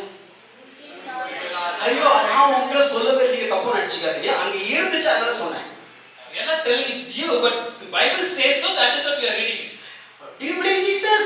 இயேசு நம்புறீங்களா? I believe Jesus, my Lord and Savior. ஆமாமா, இயேசு தான் என்னுடைய ஆண்டவரும் இரட்சகரும். You want promotion or Jesus? வாழ்க்கை பதவி உயர்வு வேணுமா, இயேசு வேணுமா? Jesus can understand anything. Let me take the promotion. இயேசுக்கு என் சூழ்நிலை புரியும்ல, அதனால எனக்கு ப்ரமோஷன் தானே வேணும். You want money or Jesus? பணம் வேணுமா, இயேசு வேணுமா? Jesus himself given money, so let me take money and ask for Jesus. பணத்தை தந்தது இயேசு தான். பணத்தை முதல்ல எடுத்துக்க, இயேசு பின்னாடி வச்சுக்கிறேன். Do you want a position or Jesus? ஸ்தானம் வேணுமா இல்ல இயேசு வேணுமா? Do you want entertainment or Jesus? இல்ல கொண்டாட்டம் வேணுமா, இயேசு வேணுமா? Do you want yourself or Jesus? உங்க சுயம் வேணுமா இல்ல இயேசு வேணுமா? Exactly this is the situation. இதே காரியம் தான் இங்க நடக்குது. Jesus walking along with them. இயேசு அவங்களோட நடக்கிறார். And look at Jesus' statement. இயேசு சொன்ன காரியம். He said to them, "O foolish ones, and slow of heart to believe." Now tell me, what is the definition of foolish? அப்பொழுது அவர் அவர்களை பார்த்து, புத்தி இல்லாத மந்த இருதயம் உள்ளவர்களே என்று சொன்னாரு. இப்ப நீங்க சொல்லுங்க, புத்தி இல்லாதன்னா என்ன அர்த்தம்? ஒரே கேள்வி, யார் முட்டாள்? Who is fool? சத்தமா, யார் முட்டாள்? யாருக்கு நான் பேசுறது புரியலங்க. Okay, தமிழ் புரியல. Who define fool according to this passage? இந்த வசனத்தின்படி முட்டாள்னா யார சொல்றாங்க? அப்ப இங்கிலீஷ்ல சொல்லுங்க, மேல பார்த்து சொல்லுங்க. Who is fool? Slow of heart to பக்கத்துல இருக்க எப்படி சொல்லுங்களேன்? You are brilliant. நீங்க ரொம்ப திறமையானவங்க. How can I call you as a fool? உங்களை எப்படி புத்தி இல்லாதன்னு சொல்ல முடியும்? Because you are a believer. ஏன்னா நீங்க விசுவாசி அல்லவா? You are a believer. நீங்க விசுவாசி So you are அல்லவா? brilliant. ஆகவே நீங்க அறிவாளி. But Bible says, ஆனா வேதம் சொல்கிறது, if you don't believe, ஒருவேளை நீங்க விசுவாசிக்கலனா you are a fool. நீங்கள் முட்டாள். We read Bible. நாம் வேதம் படிக்கிறோம், We study. வேதத்தை We தியானிக்கிறோம், come to church. சபைக்கு வருகிறோம், We say hallelujah. Hallelujah We சொல்றோம், sing songs. பாடல் பாடுறோம். Oh, he is like a redeemer. அவர் என்னுடைய இரட்சகர், He is like a prophet. அவர் ஒரு தீர்க்கதரிசி. But we hoped. நாம் நம்பி இருந்தோம், We had hope. நம்பி இருந்தோம். But ஆனால் he was not there. இப்ப இல்லைங்க. Many times in our lives, நம்ம வாழ்க்கையிலும் we hope Jesus will work on it. இயேசு இந்த சூழ்நிலையை மாற்றுவார் நம்பி We இருந்தோம். hope Jesus will change the situation. இந்த சூழ்நிலையில செயல்படுவார் நம்பி இருந்தோம். We hope. நம்பி இருந்தோம். We have faith. விசுவாசம் இருந்துச்சு. And slowly the faith is coming down to a place of hope. கொஞ்சம் கொஞ்சமா அந்த விசுவாசம் அப்படியே நம்பிக்கையா And மாறுது. the hope is just moving towards me. I had hope. இப்ப நம்பிக்கை கொஞ்சம் கொஞ்சமா குறைஞ்சு But முன்னாடி நம்பி now I இருந்தோம். don't see Jesus. இப்ப இயேசு பார்க்க முடியல. I don't see the hand of Jesus. இயேசுவின் கரத்தை பார்க்க முடியல. I don't see the deliverance of Jesus. இயேசுவின் விடுதலையை பார்க்க I முடியல. had hope. நம்பி இருந்தேன். But we don't see ஆனா Jesus. இயேசு பார்க்கலையே. And the response to you அதற்கு இயேசு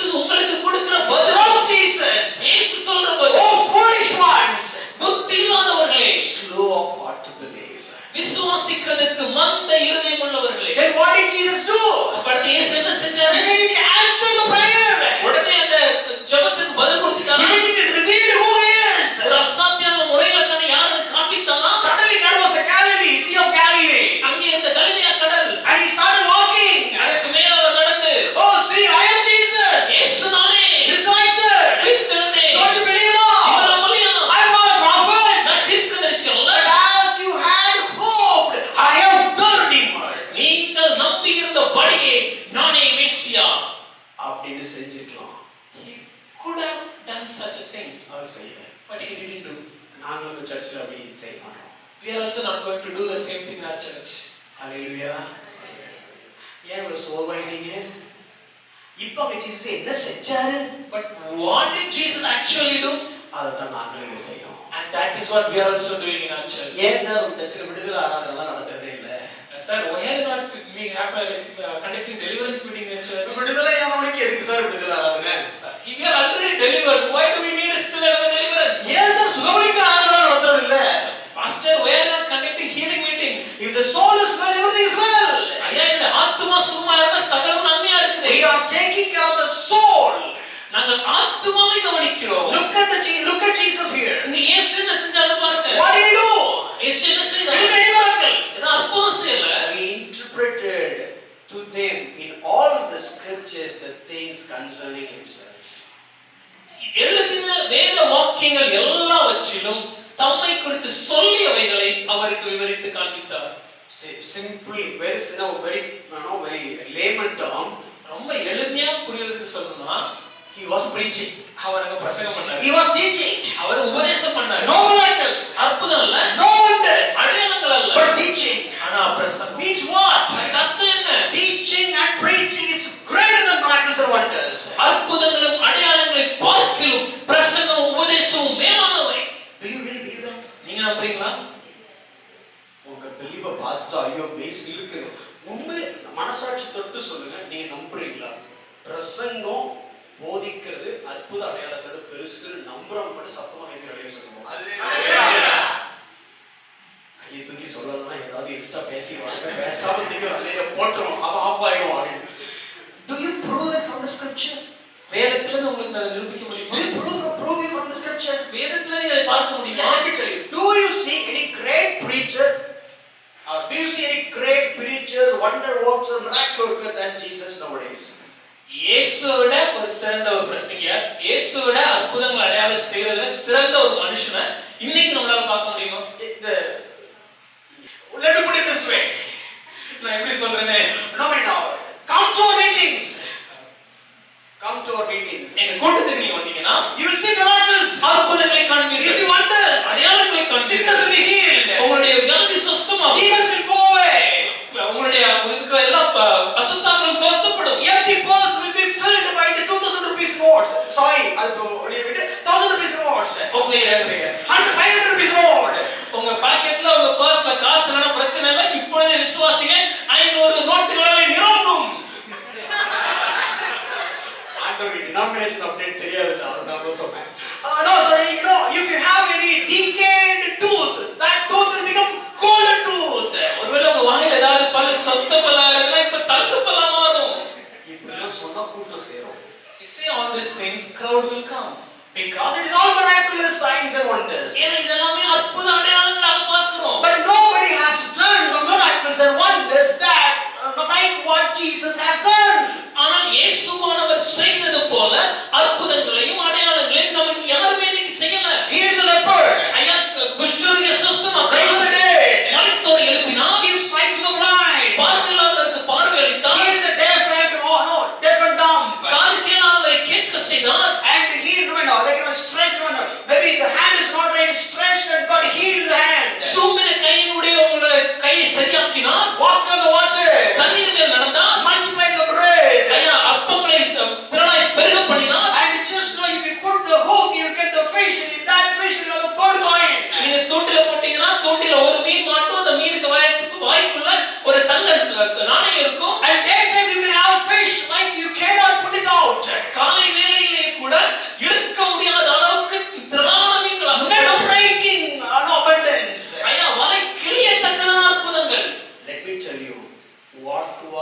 statement or what was the stand when it comes to Jesus related to miracles and wonders? இவ்வளவு அற்புதங்களை செஞ்ச அந்த இயேசுவானவர் அற்புதங்கள் அடையாளங்கள் வரும்போது அவருடைய பார்வை எப்படி இருந்துச்சு நான் சொல்ல போறேன். John chapter 2 verse 23 to 25. யோவான் 2ஆம் அதிகாரம் 23 ல 25 வசனங்கள். Many of the Jews in Jerusalem believed on Jesus because of his miracles, but he did not believe them. அநேக அற்புதங்களை அவர்கள் கண்டு எருசலேமில் இருக்கையில் அவர் செய்த அற்புதங்களை அநேகர் கண்டு அவருடைய நாமத்திலே விசுவாசம் வச்சாங்க. ஆனா இயேசு அவங்கள நம்பல. கவனிச்சீங்களா? Look it very carefully. அற்புதத்தை பார்த்து ஆண்டவர் அவனை நம்பினான், ஆனா ஆண்டவர் அவனை நம்பல. He looked at the miracle and he believed in Jesus, but Jesus did not believe them. இத போய் இந்த கூட்டத்துல இங்க சொல்லிராதீங்க தயவு செய்து. சரியா? அது வரல. பட் இதான் பைபிள் சொல்லுது. This is not to go out and say to such people, but this is what the truth in the Bible. If it come to Jesus just for miracles and wonders, ஒருவேளை நீங்கள் அற்புதம் அடையாளங்களுக்காக மாத்திரம் இயேசுவிடம் வந்தீங்கன்னா you may believe Jesus. நீங்க இயேசுவை நம்பலாம். But Jesus will not believe you. ஆனா இயேசுவை நம்ப மாட்டாங்க.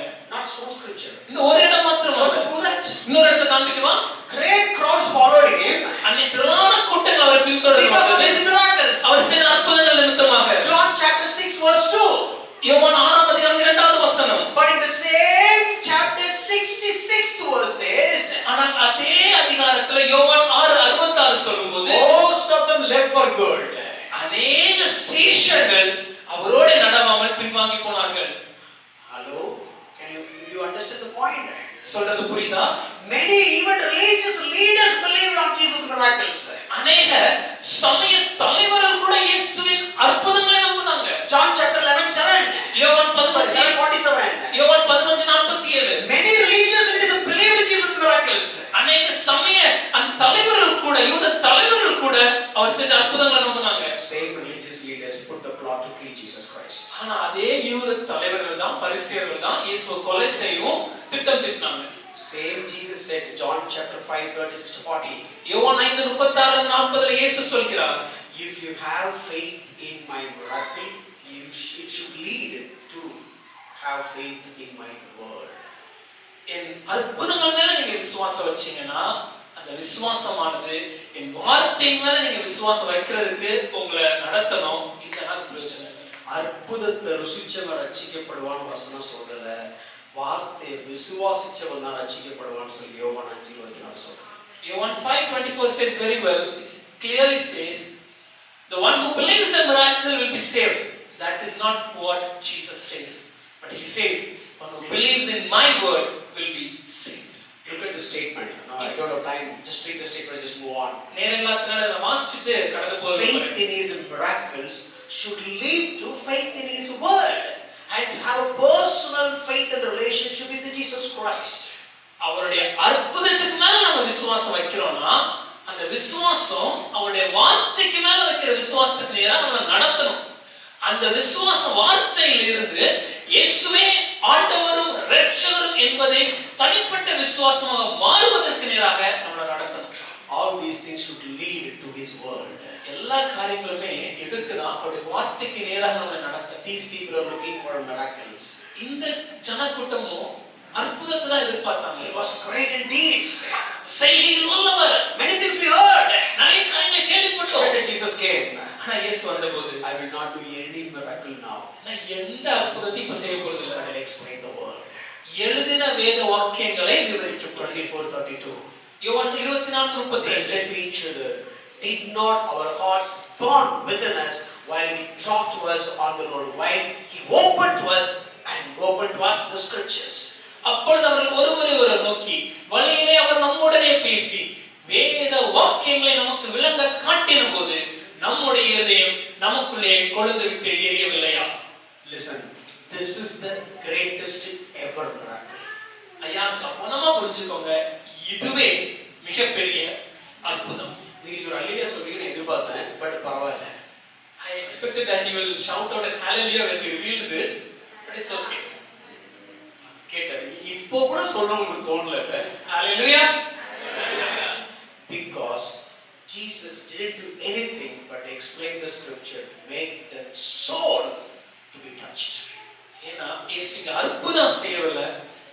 வசனத்தை விளக்கினார். அதன் மூலமாக அவங்களுடைய இருதயத்தை அவர் தொட்டார். No, we read Bible ritually. நாம இன்னைக்கு பல நேரம் வேதத்தை ஒரு கடமைக்கு வாசிக்கிறோம், Religiously. ஒரு சடங்காச்சாரமா வாசிக்கிறோம். Sometimes, I don't know you, but some people will kiss the Bible. நீங்க பண்றீங்களான்னு தெரியல, ஒரு சிலர் பண்ணுவாங்க, வேதத்தை எடுத்து முத்தம் கொடுப்பாங்க. And some will keep the Bible next to their head. தலைக்கு மேல பக்கத்துல வச்சு தான் தூங்குவாங்க. காத்து பேர் பண்ணாதான். Because they believe if the Bible is near, the enemy cannot do anything. But you know, when Satan came to Jesus, he used the scriptures. ஆனா ஒரு விஷயம் நல்லா புரிஞ்சுக்கோங்க, பிசாசானவன் இயேசுவை சோதிக்க வரும்போது அவன் வசனத்தை வச்சு தான் சோதிச்சான். But we kept the Bible so that they will not come. ஆனா நம்ம என்ன நினைக்கிறோம், வசனம் தலைக்கு மாட்டுல இருந்துச்சுன்னா பிசாசு வர மாட்டான். But this Bible is like a love letter from the Father. ஆனா இந்த வேதம் உண்மையா எப்படி தெரியுமா, பரத்துல இருக்கிற நம்முடைய பிதா நமக்கு கொடுத்திருக்கிற ஒரு அன்பு கடிதம். This is the will written by Father God to us. நம்முடைய பிதாவாகிய தேவன் நமக்கு எழுதி கொடுத்திருக்கிற அவருடைய சித்தம், அதை விளக்குகிற ஒரு புத்தகம். How much interest we do have this word? இந்த வார்த்தைக்கு மேல எனக்கு எவ்வளவு ஆசை இருக்கு. Jesus, okay, you are looking for signs. இயேசு சொல்றாரு, ஐயா நீங்க அற்புதங்கள் You are எதிர்பார்க்கிறீங்களா, looking for wonders. அடையாளங்கள் But you எதிர்பார்க்கிறீங்களா? have the scriptures. ஆனா வசனம் உங்கள் கரத்துல So இருக்குது. you read the scripture. வசனத்தை வாசிக்கிறது You இல்லையா? understand the scripture. வசனம் உங்களுக்கு புரியலையா? Oh, you are fool. மந்த இருதயம் Let me உள்ளவர்களே, explain the scripture. இந்த வசனத்தை நாம் விளக்கி And let me make a greatest ever miracle, that miracle of burning heart. இந்த வசனத்தின் மூலமாகவே மிகப்பெரிய அற்புதமாக்கி உங்களுடைய இருதய மாற்றம் கொழுந்து விட்டு எரிவதை இதன் மூலமா நான் செய்ய போறேன். That is what we are doing here. அதுதான் நம்ம சபையில செய்யறோம். Why do we preach? எதுக்கு பிரசங்கிக்கிறோம்? Why do we take this much time to preach? எதுக்கு இவ்வளவு நேரம் எடுத்து பிரசங்கிக்கிறோம்? Signs will not make the purpose. ஐயா அடையாளங்கள் நோக்கத்தை நிறைவேற்ற போவதில்லை. Wonders will not make the purpose. அற்புதங்கள் நோக்கத்தை நிறைவேற்ற But போவதில்லை. if your heart is getting bored when you read and receive the word, that is the real ultimate success. ஆனால் நீங்கள் வசனத்தை வாசிக்கும் போது, நீங்கள் வசனத்தை கேட்கும் போது உங்கள் இருதயம் கொழுந்து விட்டு எரிந்ததையாயின் அதுவே மிகப்பெரிய அடையாளம். Psalm 130 verse 2. சங்கீதம் 138:2 He exalted his word above everything. சகல பிரஸ்தாபத்தை பார்க்கிலும் தம்முடைய வார்த்தையை மகிமைப்படுத்தினார். Isaiah 66 verse 2. ஏசாயா 66:2 I will bless the one who is a trample at my word. என்னுடைய வசனத்துக்கு நடுங்குகிறவரை நான் நோக்கி பார்ப்பேன். வசனத்துல என்ன இருக்குன்னு தெரியாம வசனத்துக்கு எப்படி நடுங்குமோ, வசனத்துக்கு நடுங்கலனா ஆசீர்வதிக்க மாட்டேங்கற. Bible is very clear. If I do not know what is that in the word, how can I tremble at his word? And the word of God says, if you do not tremble at my word, how can you receive a blessing? If you want blessing from God, ஐயா தேவனிடத்தில் ஆசீர்வாதம் வேண்டுமா? here church I'm talking about blessings. திருச்சபையார நான் ஆசீர்வாதத்தை குறித்து பேசுகிறேன். If you want to receive blessings from God, தேவனிடத்தில் ஆசீர்வாதம் வேண்டுமா? very simple. ரொம்ப எளிமையான வழி. Tremble at his word. அவருடைய வசனத்திற்கு நடுங்க வேண்டும். If you want to tremble at his word, அவருடைய வசனத்திற்கு நடுங்க வேண்டுமா? know his word. முதலாவது அவருடைய வசனத்தை அறிய If வேண்டும். you want to know his word, அவருடைய வசனத்தை அறிய வேண்டுமா? read the word. வசனத்தை வாசிக்கணும். Study the word. வசனத்தை படிக்கணும். Hear the word. வசனத்தை கேட்கணும். Spend time in the word. வசனத்தோடு நேரத்தை செலவழிக்கணும். Not simply scrolling your mobile. ஐயா மொபைலோட நேரத்தை செலவழிக்கிறது அல்ல. Simply spending time in all that but not in the word and looking for blessing. Let me tell you, it will never happen. மற்ற எல்லா காரியங்களிலும் நேரத்தை செலவழித்து விட்டு வேதத்தோடு நேரத்தை செலவழிக்க ஆசீர்வாதத்தை எதிர்பார்க்கிறீங்கன்னா சபையாரை மன்னித்துக் கொள்ளுங்கள். அது நடக்க போவதில்லை. Never. இல்லை. If you want to know, sometimes people say, I don't know really what to do. சிலர் ஜனங்க சொல்லுவாங்க, ஐயா எனக்கு என்ன பண்றதே தெரியலையா. But they are not prime ministers. அவங்க பிரதம மந்திரி எல்லாம் இல்ல. They are not chief ministers. முதலமைச்சர் இல்ல. They are not kings. இல்ல ராஜா இல்ல. But in King David says, ஆனா ராஜாவாகிய தாவீது சொல்கிறார், I don't worry about what to do next. அடுத்து என்ன பண்றதுங்கிறது பத்தி எனக்கு கவலையே கிடையாது. Your word is the light to show my destiny. உம்முடைய வேதம் எனக்கு கலங்கரை விளக்கம், எங்க போனதுக்கு காண்பிக்கிறது. And your word is like the lamp to take my next step. அது என் பாதைக்கு தீபம், அடுத்த காலடி எங்க வைக்கணும்னு காண்பிக்குது. No, in the corporate shorter goals or longer goals. நம்ம ஒருவேளை இந்த கார்ப்பரேட் உலகத்துல சொல்ற வார்த்தை அடுத்து என்ன இலக்கு, தொலைநோக்கு இலக்கு என்ன? These are milestones. நம்ம முக்கிய குறிப்பிட்ட காலகட்டம் For என்ன? the quarter and for the financial year. இந்த 3 மாதங்களுக்கு இந்த நிதியாண்டிற்கு David says, தாவீது சொல்லும்போது, I know what to do tomorrow. நாளைக்கு என்ன செய்யணும்னு எனக்கு தெரியும். I know what to do for the quarter. இல்ல 3 மாதத்துக்கு என்ன செய்யணும்னு தெரியும். I know what to do for the next financial year. அடுத்த நிதியாண்டுல என்ன செய்யணும்னு எனக்கு தெரியும். His word is the lamp. அவருடைய வார்த்தை என் கால்களுக்கு தீபம், His word is the light. என் பாதைக்கு வெளிச்சம். If you don't read that word, அந்த வார்த்தையை நான் வாசிக்கலனா, you don't study that word, அந்த வார்த்தையை நான் படிக்கலனா, how can you know which way you can take, how can you know which place you can make the next step?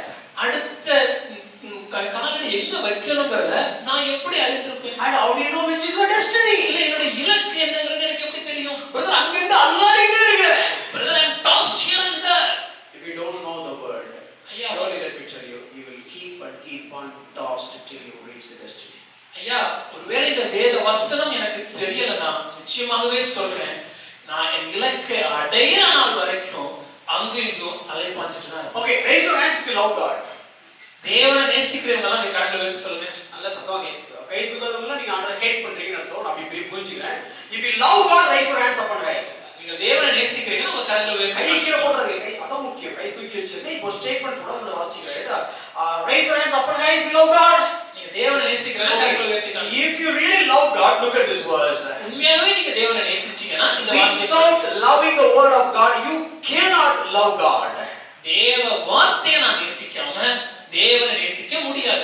If you love word of God, you cannot live without loving God. ஒருவேளை தேவ வார்த்தையை நீங்க நேசிக்கிறீங்கன்னா தேவனை நேசம் இல்லாம, தேவன் மேல பற்றும் நேசம் இல்லாம உங்களால வாழ முடியாது. ரொம்ப சிம்பிள். மனைவி அனுப்புற வாட்ஸ்அப் மெசேஜ் வாசிக்காம மனைவி நேசிக்க முடியாது சார். காலையில மெசேஜ் அனுப்பிச்சா ஒரு பார்வை பார்க்கல. வாட்ஸ்அப் வந்திருக்கீங்க, ஆன்லைன்ல இருந்து எல்லா மெசேஜ் ரீட் பண்ணிருக்கீங்க, ப்ளூடிக் வரவே இல்ல. புரியுதா உங்களுக்கு? Read God's word. தேவனுடைய வார்த்தையை தியானியுங்க. You cannot love God without reading His own word. அவருடைய வார்த்தையை வாசிக்காம அவர் மேல நம்ம நேசம் செய்யும். எங்க அப்பா ஆசை என்னன்னு தெரியாம நான் எங்க அப்பா மேல எப்படிங்க ஆசை வைக்க முடியும்? If I don't know what my father desires, how can I show my love by fulfilling his desire? I just tell you one illustration. ஒரு எடுத்துக்காட்டு மாத்திரம் சொல்றேன். There was a man severely injured because of an explosion. ஒரு மனுஷர் இருந்தாரு, ஒரு குண்டு வெடிப்பினால மிகவும் காயப்பட்டு காணப்பட்டார். In Kansas City was. அமெரிக்க தேசத்துல காணப்படுற கன்சாஸ் பட்டணம் என்கிற இடத்துல. And you know what happened? His body, he was badly disfigured. அவருடைய சரீரம் மிகவும் அது ரொம்ப வித்தியாசமா அலங்கரிக்கப்பட்டது. சரீர தோற்றம் மாறிடுச்சு. His body was disfigured. And his eyesight is gone. அவருடைய பார்வை இழந்துட்டாரு. And he lost his both hands. தன்னுடைய 2 கைகளையும் இழந்து விட்டார். He was just became a Christian. இப்பதான் கிறிஸ்தவரா மாறின ஒரு நபர் அவர். And one of the greatest disappointment for him is he was not able to read the word. அந்த சூழ்நிலையில அவருக்கு இருந்த மிகப்பெரிய ஏமாற்றம் என்னன்னா, ஐயா என்னால வேதம் வாசிக்க முடியலையே. He was Christian. புது கிறிஸ்தவர். So somehow he want to read the word. அதனால எப்படியாவது வசனத்தை வாசிக்கணும்னு ஒரு ஆர்வம். And he heard about a lady in England. அப்ப இங்கிலாந்து தேசத்துல ஒரு பெண்மணியை குறித்து கேள்விப்பட்டார். Same kind of situation. இதே மாதிரியான ஒரு சூழ்நிலை இருக்கிற ஒரு பெண்மணி. But that lady was reading the Braille Bible by using her lips. ஆனா அந்த பெண்மணி என்ன பண்ணுவாங்கன்னா, கைகள் இல்லாத காரணத்தினால இந்த கண் பார்வையர்கள் வாசிக்கக்கூடிய அந்த பிரைல் வேதாகமத்தை தன்னுடைய உதடால பயன்படுத்தி வாசிப்பாங்களாம். Which means just rubbing the lips on top of the Braille Bible and trying to understand the letter and read the Bible. அந்த பிரைல் வேதாகமத்தின் மேல தன்னுடைய உதடுகளை பயன்படுத்தி அதை அப்படி ராவும்போது அதை உணர்ந்து அந்த வார்த்தை என்னன்னு புரிந்து கொண்டு வாசிக்கிற ஒரு பழக்கத்தை அந்த பெண்மணி வச்சிருந்தாங்க. And he read about it. இதை இந்த ஐயா கேள்விப்பட்டார். And he said, get me the Braille Bible. இவர் சொன்னார், எனக்கு அந்த பிரைல் வேதாகமம் வேணும். Put the Braille Bible next to him. அவருக்கு பக்கத்துல அந்த வேதாகமத்தை வச்சிட்டு and just moving the lips over the Bible. அந்த வேதாகமத்துக்கு மேல தன்னுடைய உதட்டை அப்படி அசைக்க ஆரம்பிச்சாரு. Then only understood. அப்பதான் அவருக்கு புரிஞ்சிச்சு. The sensitive nerve has gone in his lips. தன்னுடைய உதட்டுல உணர்வு கொடுக்கக்கூடிய அந்த நரம்பு அது மரத்து போச்சு. He was desperately felt so bad. அவர் ரொம்ப ஏமாற்றம் அடைந்து சோர்ந்து போனார். And while was trying again and again, மறுபடியும் முயற்சிக்கும் போது suddenly the tongue touched the Braille Bible. அவருடைய நாக்கு அந்த பிரைல் வேதாகமத்தை அப்படியே தொட்டுடுச்சு. And a spark. அப்போ அவருக்கு ஒரு விஷயம் புரிஞ்சிச்சு. He could feel that letter by touching by using the tongue. ஐயா உதடுக்கு மரத்து போனாலே நாக்கு மூலமா என்னால புரிஞ்சிக்க இன்னைக்கு பல பாஷைகளை நம்ம பேசுறோம். But you know what that man has done? ஆனா அந்த மனுஷன் என்ன பண்ணாரு தெரியுமா? He used the tongue. தன்னுடைய நாக்கை பயன்படுத்தி He started just reading the Braille Bible. அதை பயன்படுத்தி அந்த பிரைட் வேதாகமத்தை வாசிக்கிறாரு. Hello, are you listening it? ஐயா கவனிக்கிறீங்களா? You have eyes. கண்கள் இருக்குதா? You have fingers. விரல்கள் இருக்கிறதா? You have ears. காது இருக்கிறதா? Everything is all right. எல்லாம் சரியா இருக்குதா? That man just uses his tongue. Read the Bible again and again. அந்த நாக்கை பயன்படுத்தியே அந்த மனுஷன் மறுபடியும் வேதத்தை வாசித்தார். When the author was writing this article, இந்த ஆசிரியர் இந்த ஒரு குறிப்பிட்ட பகுதியை கட்டுரை எழுதும்போது he was reading the entire Bible by using his tongue 4 times. இந்த கட்டுரை எழுதப்பட்ட போது அந்த மனுஷன் முழு வேதாகமத்தை தன்னுடைய நாக்கை பயன்படுத்தியே 4 முறை வாசித்து விட்டாராம். நீ சொல்றது எனக்கு வருத்தமா இருக்கு, நான் சொல்றேன். To say this I feel sad, but let me tell it. நக்கியே பைபிளை 4 தடவை படிச்சு முடிச்சிட்டான். If you could just lick and read the Bible 4 times, What about you and me? நாம எப்படி இருக்கோம்? What about your longing, the number one, like Mary Magdalene? இயேசுவை ஏக்கத்தோட தேடின அந்த மரியாதையோட நாம இருக்கிறோமா? And what about your loving towards the word of God, like this man? இந்த மனுஷனை போல இயேசுவின் வார்த்தை மேல தீராத தாகத்தோடு இருக்கிறோம். Do you love his word? உண்மையாகவே அவருடைய வார்த்தையை நாம் நேசிக்கிறோம். I heard about one man, recently we met one man of God. He was 86 years old and he was corona in his deathbed. சமீபத்துல ஒரு 86 வயது நிரம்பிய ஒரு தேவ மனிதனை குறித்து நாங்கள் கேள்விப்பட்டோம்.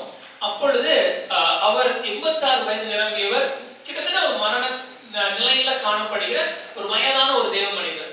And he is alive, but he said the only problem is during the corona time. அவர் கொரோனா காலத்துல அதிகமாக பாதிக்கப்பட்டு ஹாஸ்பிடல்ல இருந்தார். அப்போ சொன்ன காரியம், The only problem is I couldn't read the Bible. அந்த கொரோனா காலத்துல எனக்கு இருந்த மிகப்பெரிய பிரச்சனை என்னன்னா நான் வேதத்தை வாசிக்க முடியல. And last week I met one mother. கடந்த வாரம் நான் ஒரு தாயாரை சந்தித்தேன். She was 86 years old. அவர் 86 வயது நிரம்பியவர். Her image is there. And you know what? I just happened to visit their home. எதேச்சியா வீட்டுக்கு போக நேர்ந்தது. And all the Sunday school students have received one card last week. கடந்த வாரம் எல்லா Sunday ஸ்கூல்ல இருக்கக்கூடிய பிள்ளைகளும் நீங்க ஒரு கார்டை போன வாரம் உங்களுக்கு கிடைச்சிருக்கும். எந்த அப்பா அம்மாவாது இது யார் செஞ்சா யார் கொடுத்தா நம்ம பிள்ளைங்க கேட்டீங்களா? Did any of your parents when the kids came to home did you ask them? 3 மிச்ச அப்பா அம்மாலாம் அவன் எதுக்கு போறான் சண்டே ஸ்கூலுக்கு, என்ன செய்யறான், நம்ம பிரச்சனை இல்லைல்ல. இந்த மாதிரி அந்த அம்மா 86 years old, she is still alive, she is there, I met her.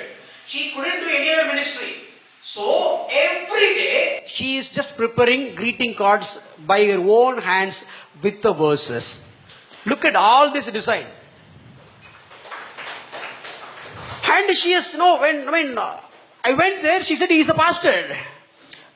ஒரு இந்த அம்மா சமீபத்தில் போதகர் இவங்களை சந்திக்கிறதுக்கான வாய்ப்பு கிடைத்தது. 86 வயது நிரம்பிய ஒரு பெண்மணி இவங்களுடைய ஒரே ஆர்வம் என்னன்னா, என்னால வயதாகி விட்டது, தேவனுக்கு ஏதாவது செய்யணும்னு ஒரு ஆர்வத்தினால ஒவ்வொரு நாளும் இந்த மாதிரியான வேர்ஸ் கார்ட்ஸ் அவங்க ரெடி பண்ணுவாங்க.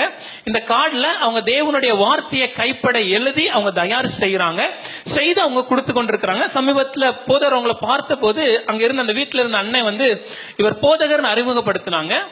Look at the designs. அவங்க அதுல பயன்படுத்தி இருக்கிற வித்தியாசமான டிசைன்ஸ் பாருங்க. கைகளால செய்றாங்க. The moment she came to know that I am a pastor, ஐயா ஒரு போதகர்னு அவங்களுக்கு அண்ணன் ஒரு போதகர்னு அவங்களுக்கு தெரிஞ்ச உடனே and they asked, okay, which language, என்ன மொழி நீங்க உங்க பள்ளிக்கூடத்துல பண்ணுவீங்க? we said Tamil we given to Sunday school. முதல்ல இந்த சண்டே ஸ்கூல்ல இருக்க பிள்ளைங்களுக்கு கொடுத்தோம். Last week itself I thought of explaining, கடந்த வாரம் இத சொல்லணும்னு நினைச்சிருந்தேன், but I missed it. Today it's very apt for my sermon. கடந்த வாரம் சொல்ல நேரம் தவறி விட்டேன். ஆனால் இன்னைக்கு செய்தியோட இது மிகுந்த தொடர்புடையதா இருக்குது. If you are weaker than that mom, that grandma, இந்த பாட்டியை விட நம்ம பலவீனன்னு சொன்னா don't read the word. வேதத்தை படிக்காம இருக்கிறதுக்கு நம்ம எக்ஸ்கியூஸ் சொல்லலாம். If you are weaker than that one man got an explosion, if you are weaker than that, then you don't read the word. அந்த குண்டு வெடிப்பினால பாதிக்கப்பட்ட அந்த ஒரு மனிதனை விடவும் நம்ம பலவீனமா இருக்கிறோம்னு சொன்னா வேதம் வாசிக்காம இருக்கிறதுக்கு நம்ம சாக்கு போக்கு சொல்லலாம். இதை மட்டும் கட் பண்ணி எடுத்து போட்டுறாதீங்க, ஹைப்பர்போல் ஸ்பீச். உங்களுக்கு புரிவதற்காக சொல்றேன், உயர் நிவிர்ச்சி அணியாக. read the word. ஐயா வேதத்தை வாசிங்க. Spend time in the word. It's including me as well. என்னையும் சேர்த்து தான் நான் சொல்றேன். நான் வேதத்துல I felt ashamed when I was hearing all these things. இதெல்லாம் குறித்து கேட்கும்போது எனக்கு என்னை குறித்து அவமானமாக வெட்கமாக இருந்தது. And last thing quickly, the seventh appearance of resurrected Jesus Christ. இன்னும் ஒரு காரியத்தை குறித்து வேகமாக சொல்ல போகிறேன். ஏழாவது முறை இயேசு காட்சியளித்தது. John chapter 21 verse 2.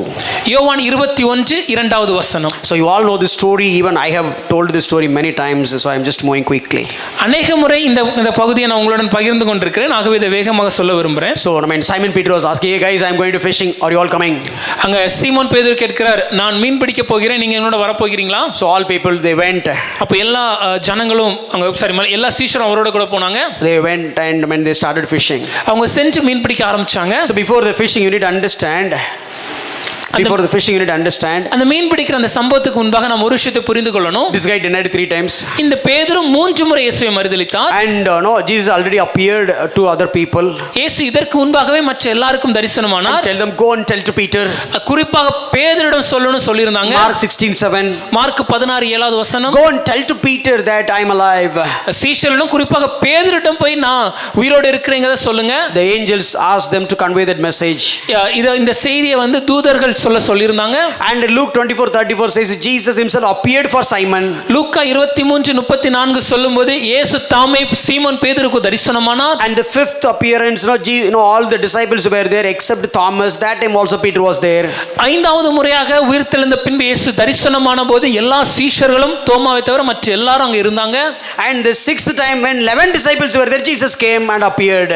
ஆறாவது முறையாக இந்த 11 சீஷரும் இருக்கும்போது இயேசு தரிசனமான போதும் பேதுரு அங்க இருந்தார். A special invitation, அவருக்கு தனிப்பட்ட ஒரு அழைப்பு, special appearance, தனிப்பட்ட ஒரு தரிசனம், appearance along with all the disciples except Thomas. தோமா இல்லாமல் மற்ற எல்லா சீஷர் இருக்கும்போது தரிசனமானார். And again when Thomas was also there, all the 11 disciples, Jesus appeared to him. தோமா இருந்த சமயத்துல 11 பேருக்கும் அவர் மறுபடியும் தரிசனமாகும் போதும் பேதுரு இருந்தார். Saw all these things. இந்த எல்லா விஷயத்தையும் Now taking 7 people and went for fishing. எல்லாத்தையும் பார்த்த பின்பாகவும் 7 சீஷரை தன்னோடு அழைத்து கொண்டு மீன் பிடிக்க சென்று விட்டார். அதே பழைய புத்தி. The same old habit. The same old mindset. அதே பழைய அந்த புத்தி. Who was this Simon? இந்த சீமோன் யார்? Earlier he said. முன்பு என்ன சொன்னாரு? If you read Matthew, 4:19. மத்தேயு 4:19. No, he lost. He didn't have any fish. அவருக்கு மீன் எதுவும் இல்ல. Jesus came and make him to get fish. இயேசு வந்து மீன் பிடிக்கிற அற்புதத்தை செய்றாரு. So he said, okay, I'll make you a fisher of men. உன்னை மனுஷரை பிடிக்கிறாக்குவேன்னு சொன்ன இயேசு சொல்லும்போது, that is what you are calling. அதுதான் உன்னை அழைப்புன்னு சொல்லும்போது, come along with me. என்னோட வான் அழைத்தார். No more fisher of fish but fisher of men. இனிமே மீன்களை பிடிக்கிறவன் அல்ல மனுஷரை பிடிக்கிறவன். Come with me. என்னை பின்பற்றி வா. Walked with Jesus for 3.5 years. இயேசுவோடு 3 வருடம் நடந்தார். Heard all the teaching. அவருடைய செய்திகளை கேட்டார். Saw all the miracles. அவருடைய அடையாளங்களை பார்த்தார். Many times answered questions. பல நேரத்தில் கேள்விகளுக்கு இயேசு பதில் கொடுத்தார். Got the appreciation from Jesus. இயேசுவிடம் பாராட்டையும் பெற்றார். Walked on the water. தண்ணீர் மேலே நடந்தார். Now இப்பொழுது Jesus said, இயேசு சொன்னார், hey guys, you will run away.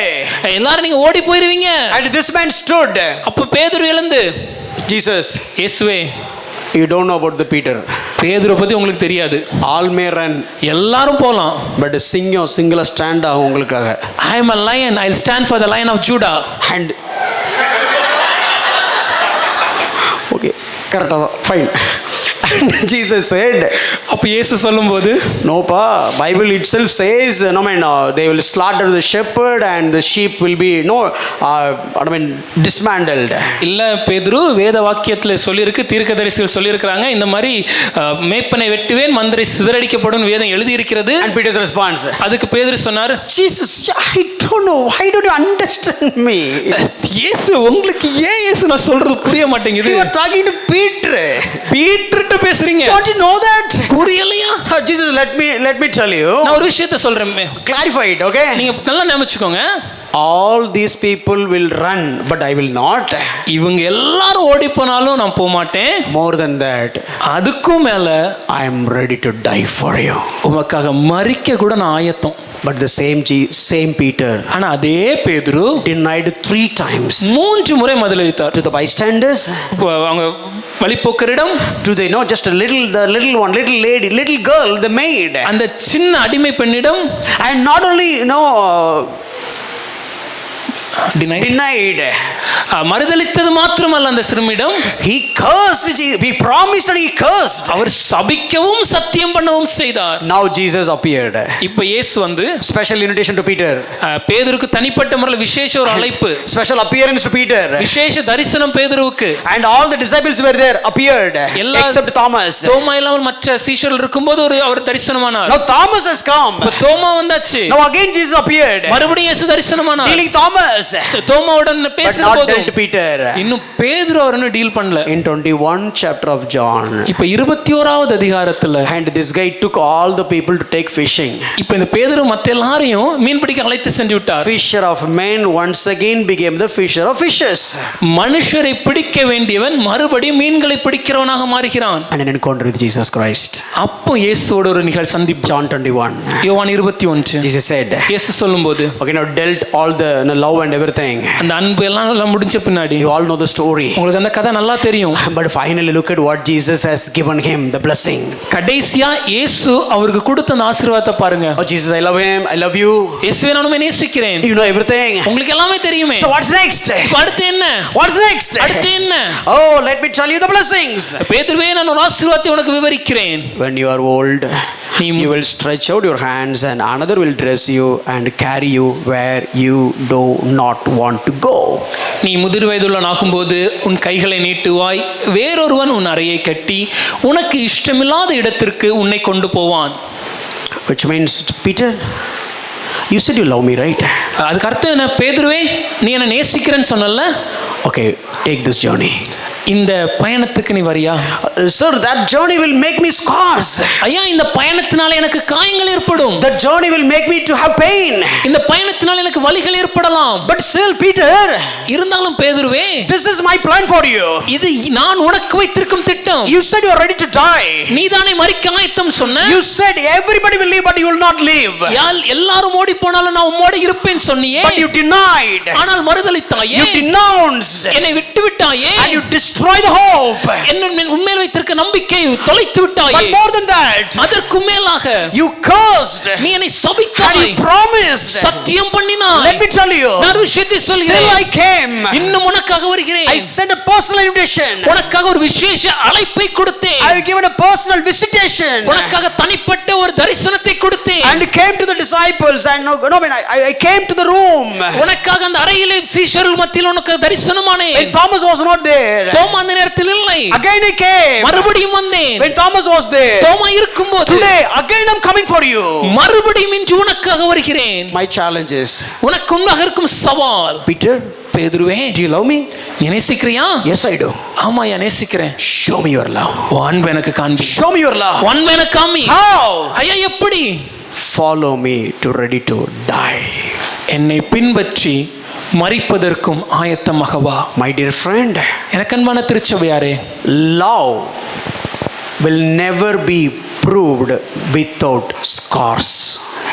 அன்பானது தழும்புகள் இல்லாமல் அது உண்மைன்னு நிரூபிக்க முடியாது. A man of God says this. ஒரு தேவ மனுஷன் இப்படியாக சொல்கிறார். Do you love your family? ஐயா, உங்க குடும்பத்தை நேசிக்கிறீங்களா? Do you love your family? குடும்பத்தை நேசிக்கிறீங்களா? Show me the scars that you got for your family. குடும்பத்திற்காக நீங்கள் காயப்பட்ட தழும்புகளை காண்பியுங்கள். Love without scars is not love. தழும்புகள் இல்லாத அன்பு அது அன்பே இல்லை. Love will go through pain. ஐயா, இந்த அன்பு அது எவ்வளவு வலியும் தாங்கும். You love your dad. ஐயா, அப்பாவை நேசிக்கிறீங்களா? You love your mom. அம்மாவை நேசிக்கிறீங்களா? You love your family. குடும்பத்தை நேசிக்கிறீங்களா? Is it true? உண்மையா? Show me through the scars. உங்க தழும்புகள்னாலே காண்பியுங்கள். A greatest soldier cannot be measured by the medals but by the scars on his chest. ஐயா, ஒரு மிகப்பெரிய போர் வீரனை அவனுடைய அவனுடைய தழும்புல அவனுடைய நெத்தியில இல்ல அவனுடைய நெஞ்சில காணப்படுற மெடல் நிர்ணயிக்காது. அவன் வாழ்நாள்ல அவன் பட்ட காயங்களும் தழும்புகளுமே நிர்ணயிக்கும். மார்பிள் இருக்கிற பதக்கம் சொல்லாது, ஆனா மார்பிள் இருக்க காயம் சொல்லும் அவன் எப்பேற்பட்ட போர் வீரன் சொல்லி. It's not the medals on the chest but the scars on the chest. If you love me, ஐயா, என்ன நேசிக்கிறியா? ready to accept the scars. அந்த தழும்பை ஏற்றுக்கொள்ள தயாரா இரு. I tell you one illustration will finish. ஒரு எடுத்துக்காட்டை சொல்லி முடிக்க போகிறேன். I don't know whether I have shared this or not, but I just know it's good to share this. இதை முன்னே சொல்லியிருக்கிறேனா இல்ல எனக்கு ஞாபகம் இல்லை, ஆனா மறுபடியும் சொல்றது நல்லதுன்னு நினைக்கிறேன். It was a hot summer in South Florida. Florida. South Florida மாகாணத்துல ஒரு மிக உஷ்ணமான சூழ்நிலை. A little boy ready to just jump into the backwater, go for the swimming. அங்க ஒரு சின்ன பையன் பின்னாடி இருந்த அந்த குளத்துல குதிச்சு நீச்சல் அடிக்க போக It is முயற்சிக்கிறான். cold water. அது ஒரு குளிர்ந்த ஒரு தண்ணீர். He ran back towards the door and jumped into the water. அப்போ பின்னாடி வழியா ஓடி வந்து அந்த கதவு வழியா தாண்டி வந்து அவன் குதிச்சிட்டான். His mom was watching him swimming. அப்போ அவங்க அம்மா பின்னாடி இருந்து அவன் நீந்திரத பாக்குறாங்க. And this guy was just very fast swimming towards one particular direction. அப்போ வேகமாக நீந்தி ஒரு பக்கமா போயிட்டு இருக்கும்போது And the mom could see that there was an alligator was coming towards him.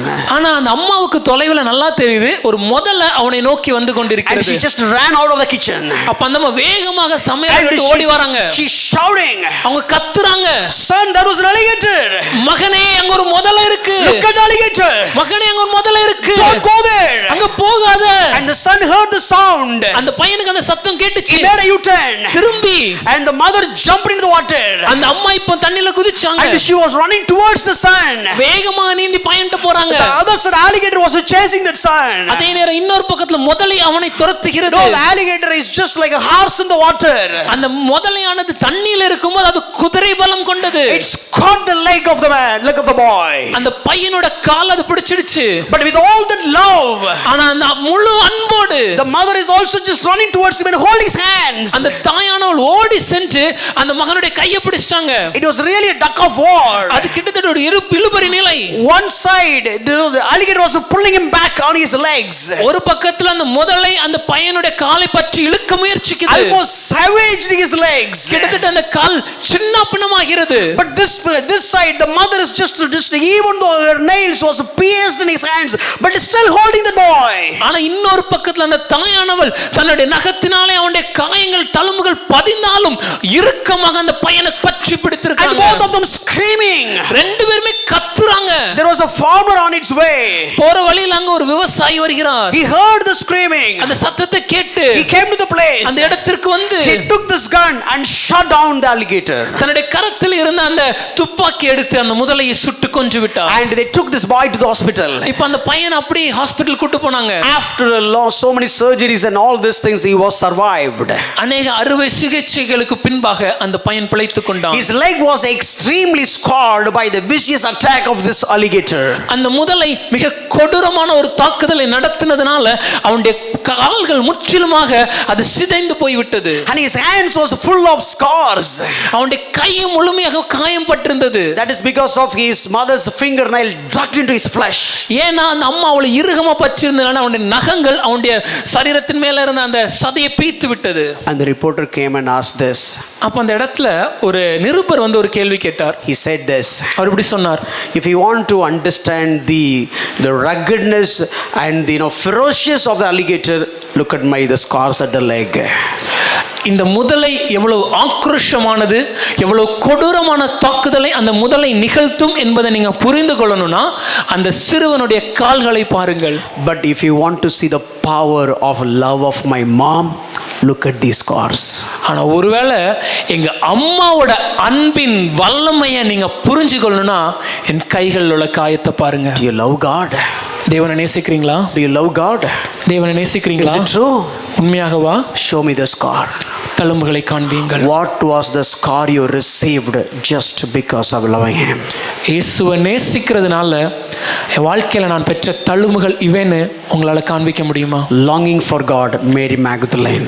இயேசுவுக்கான ஏக்கம் மகதலேனா மரியாள்.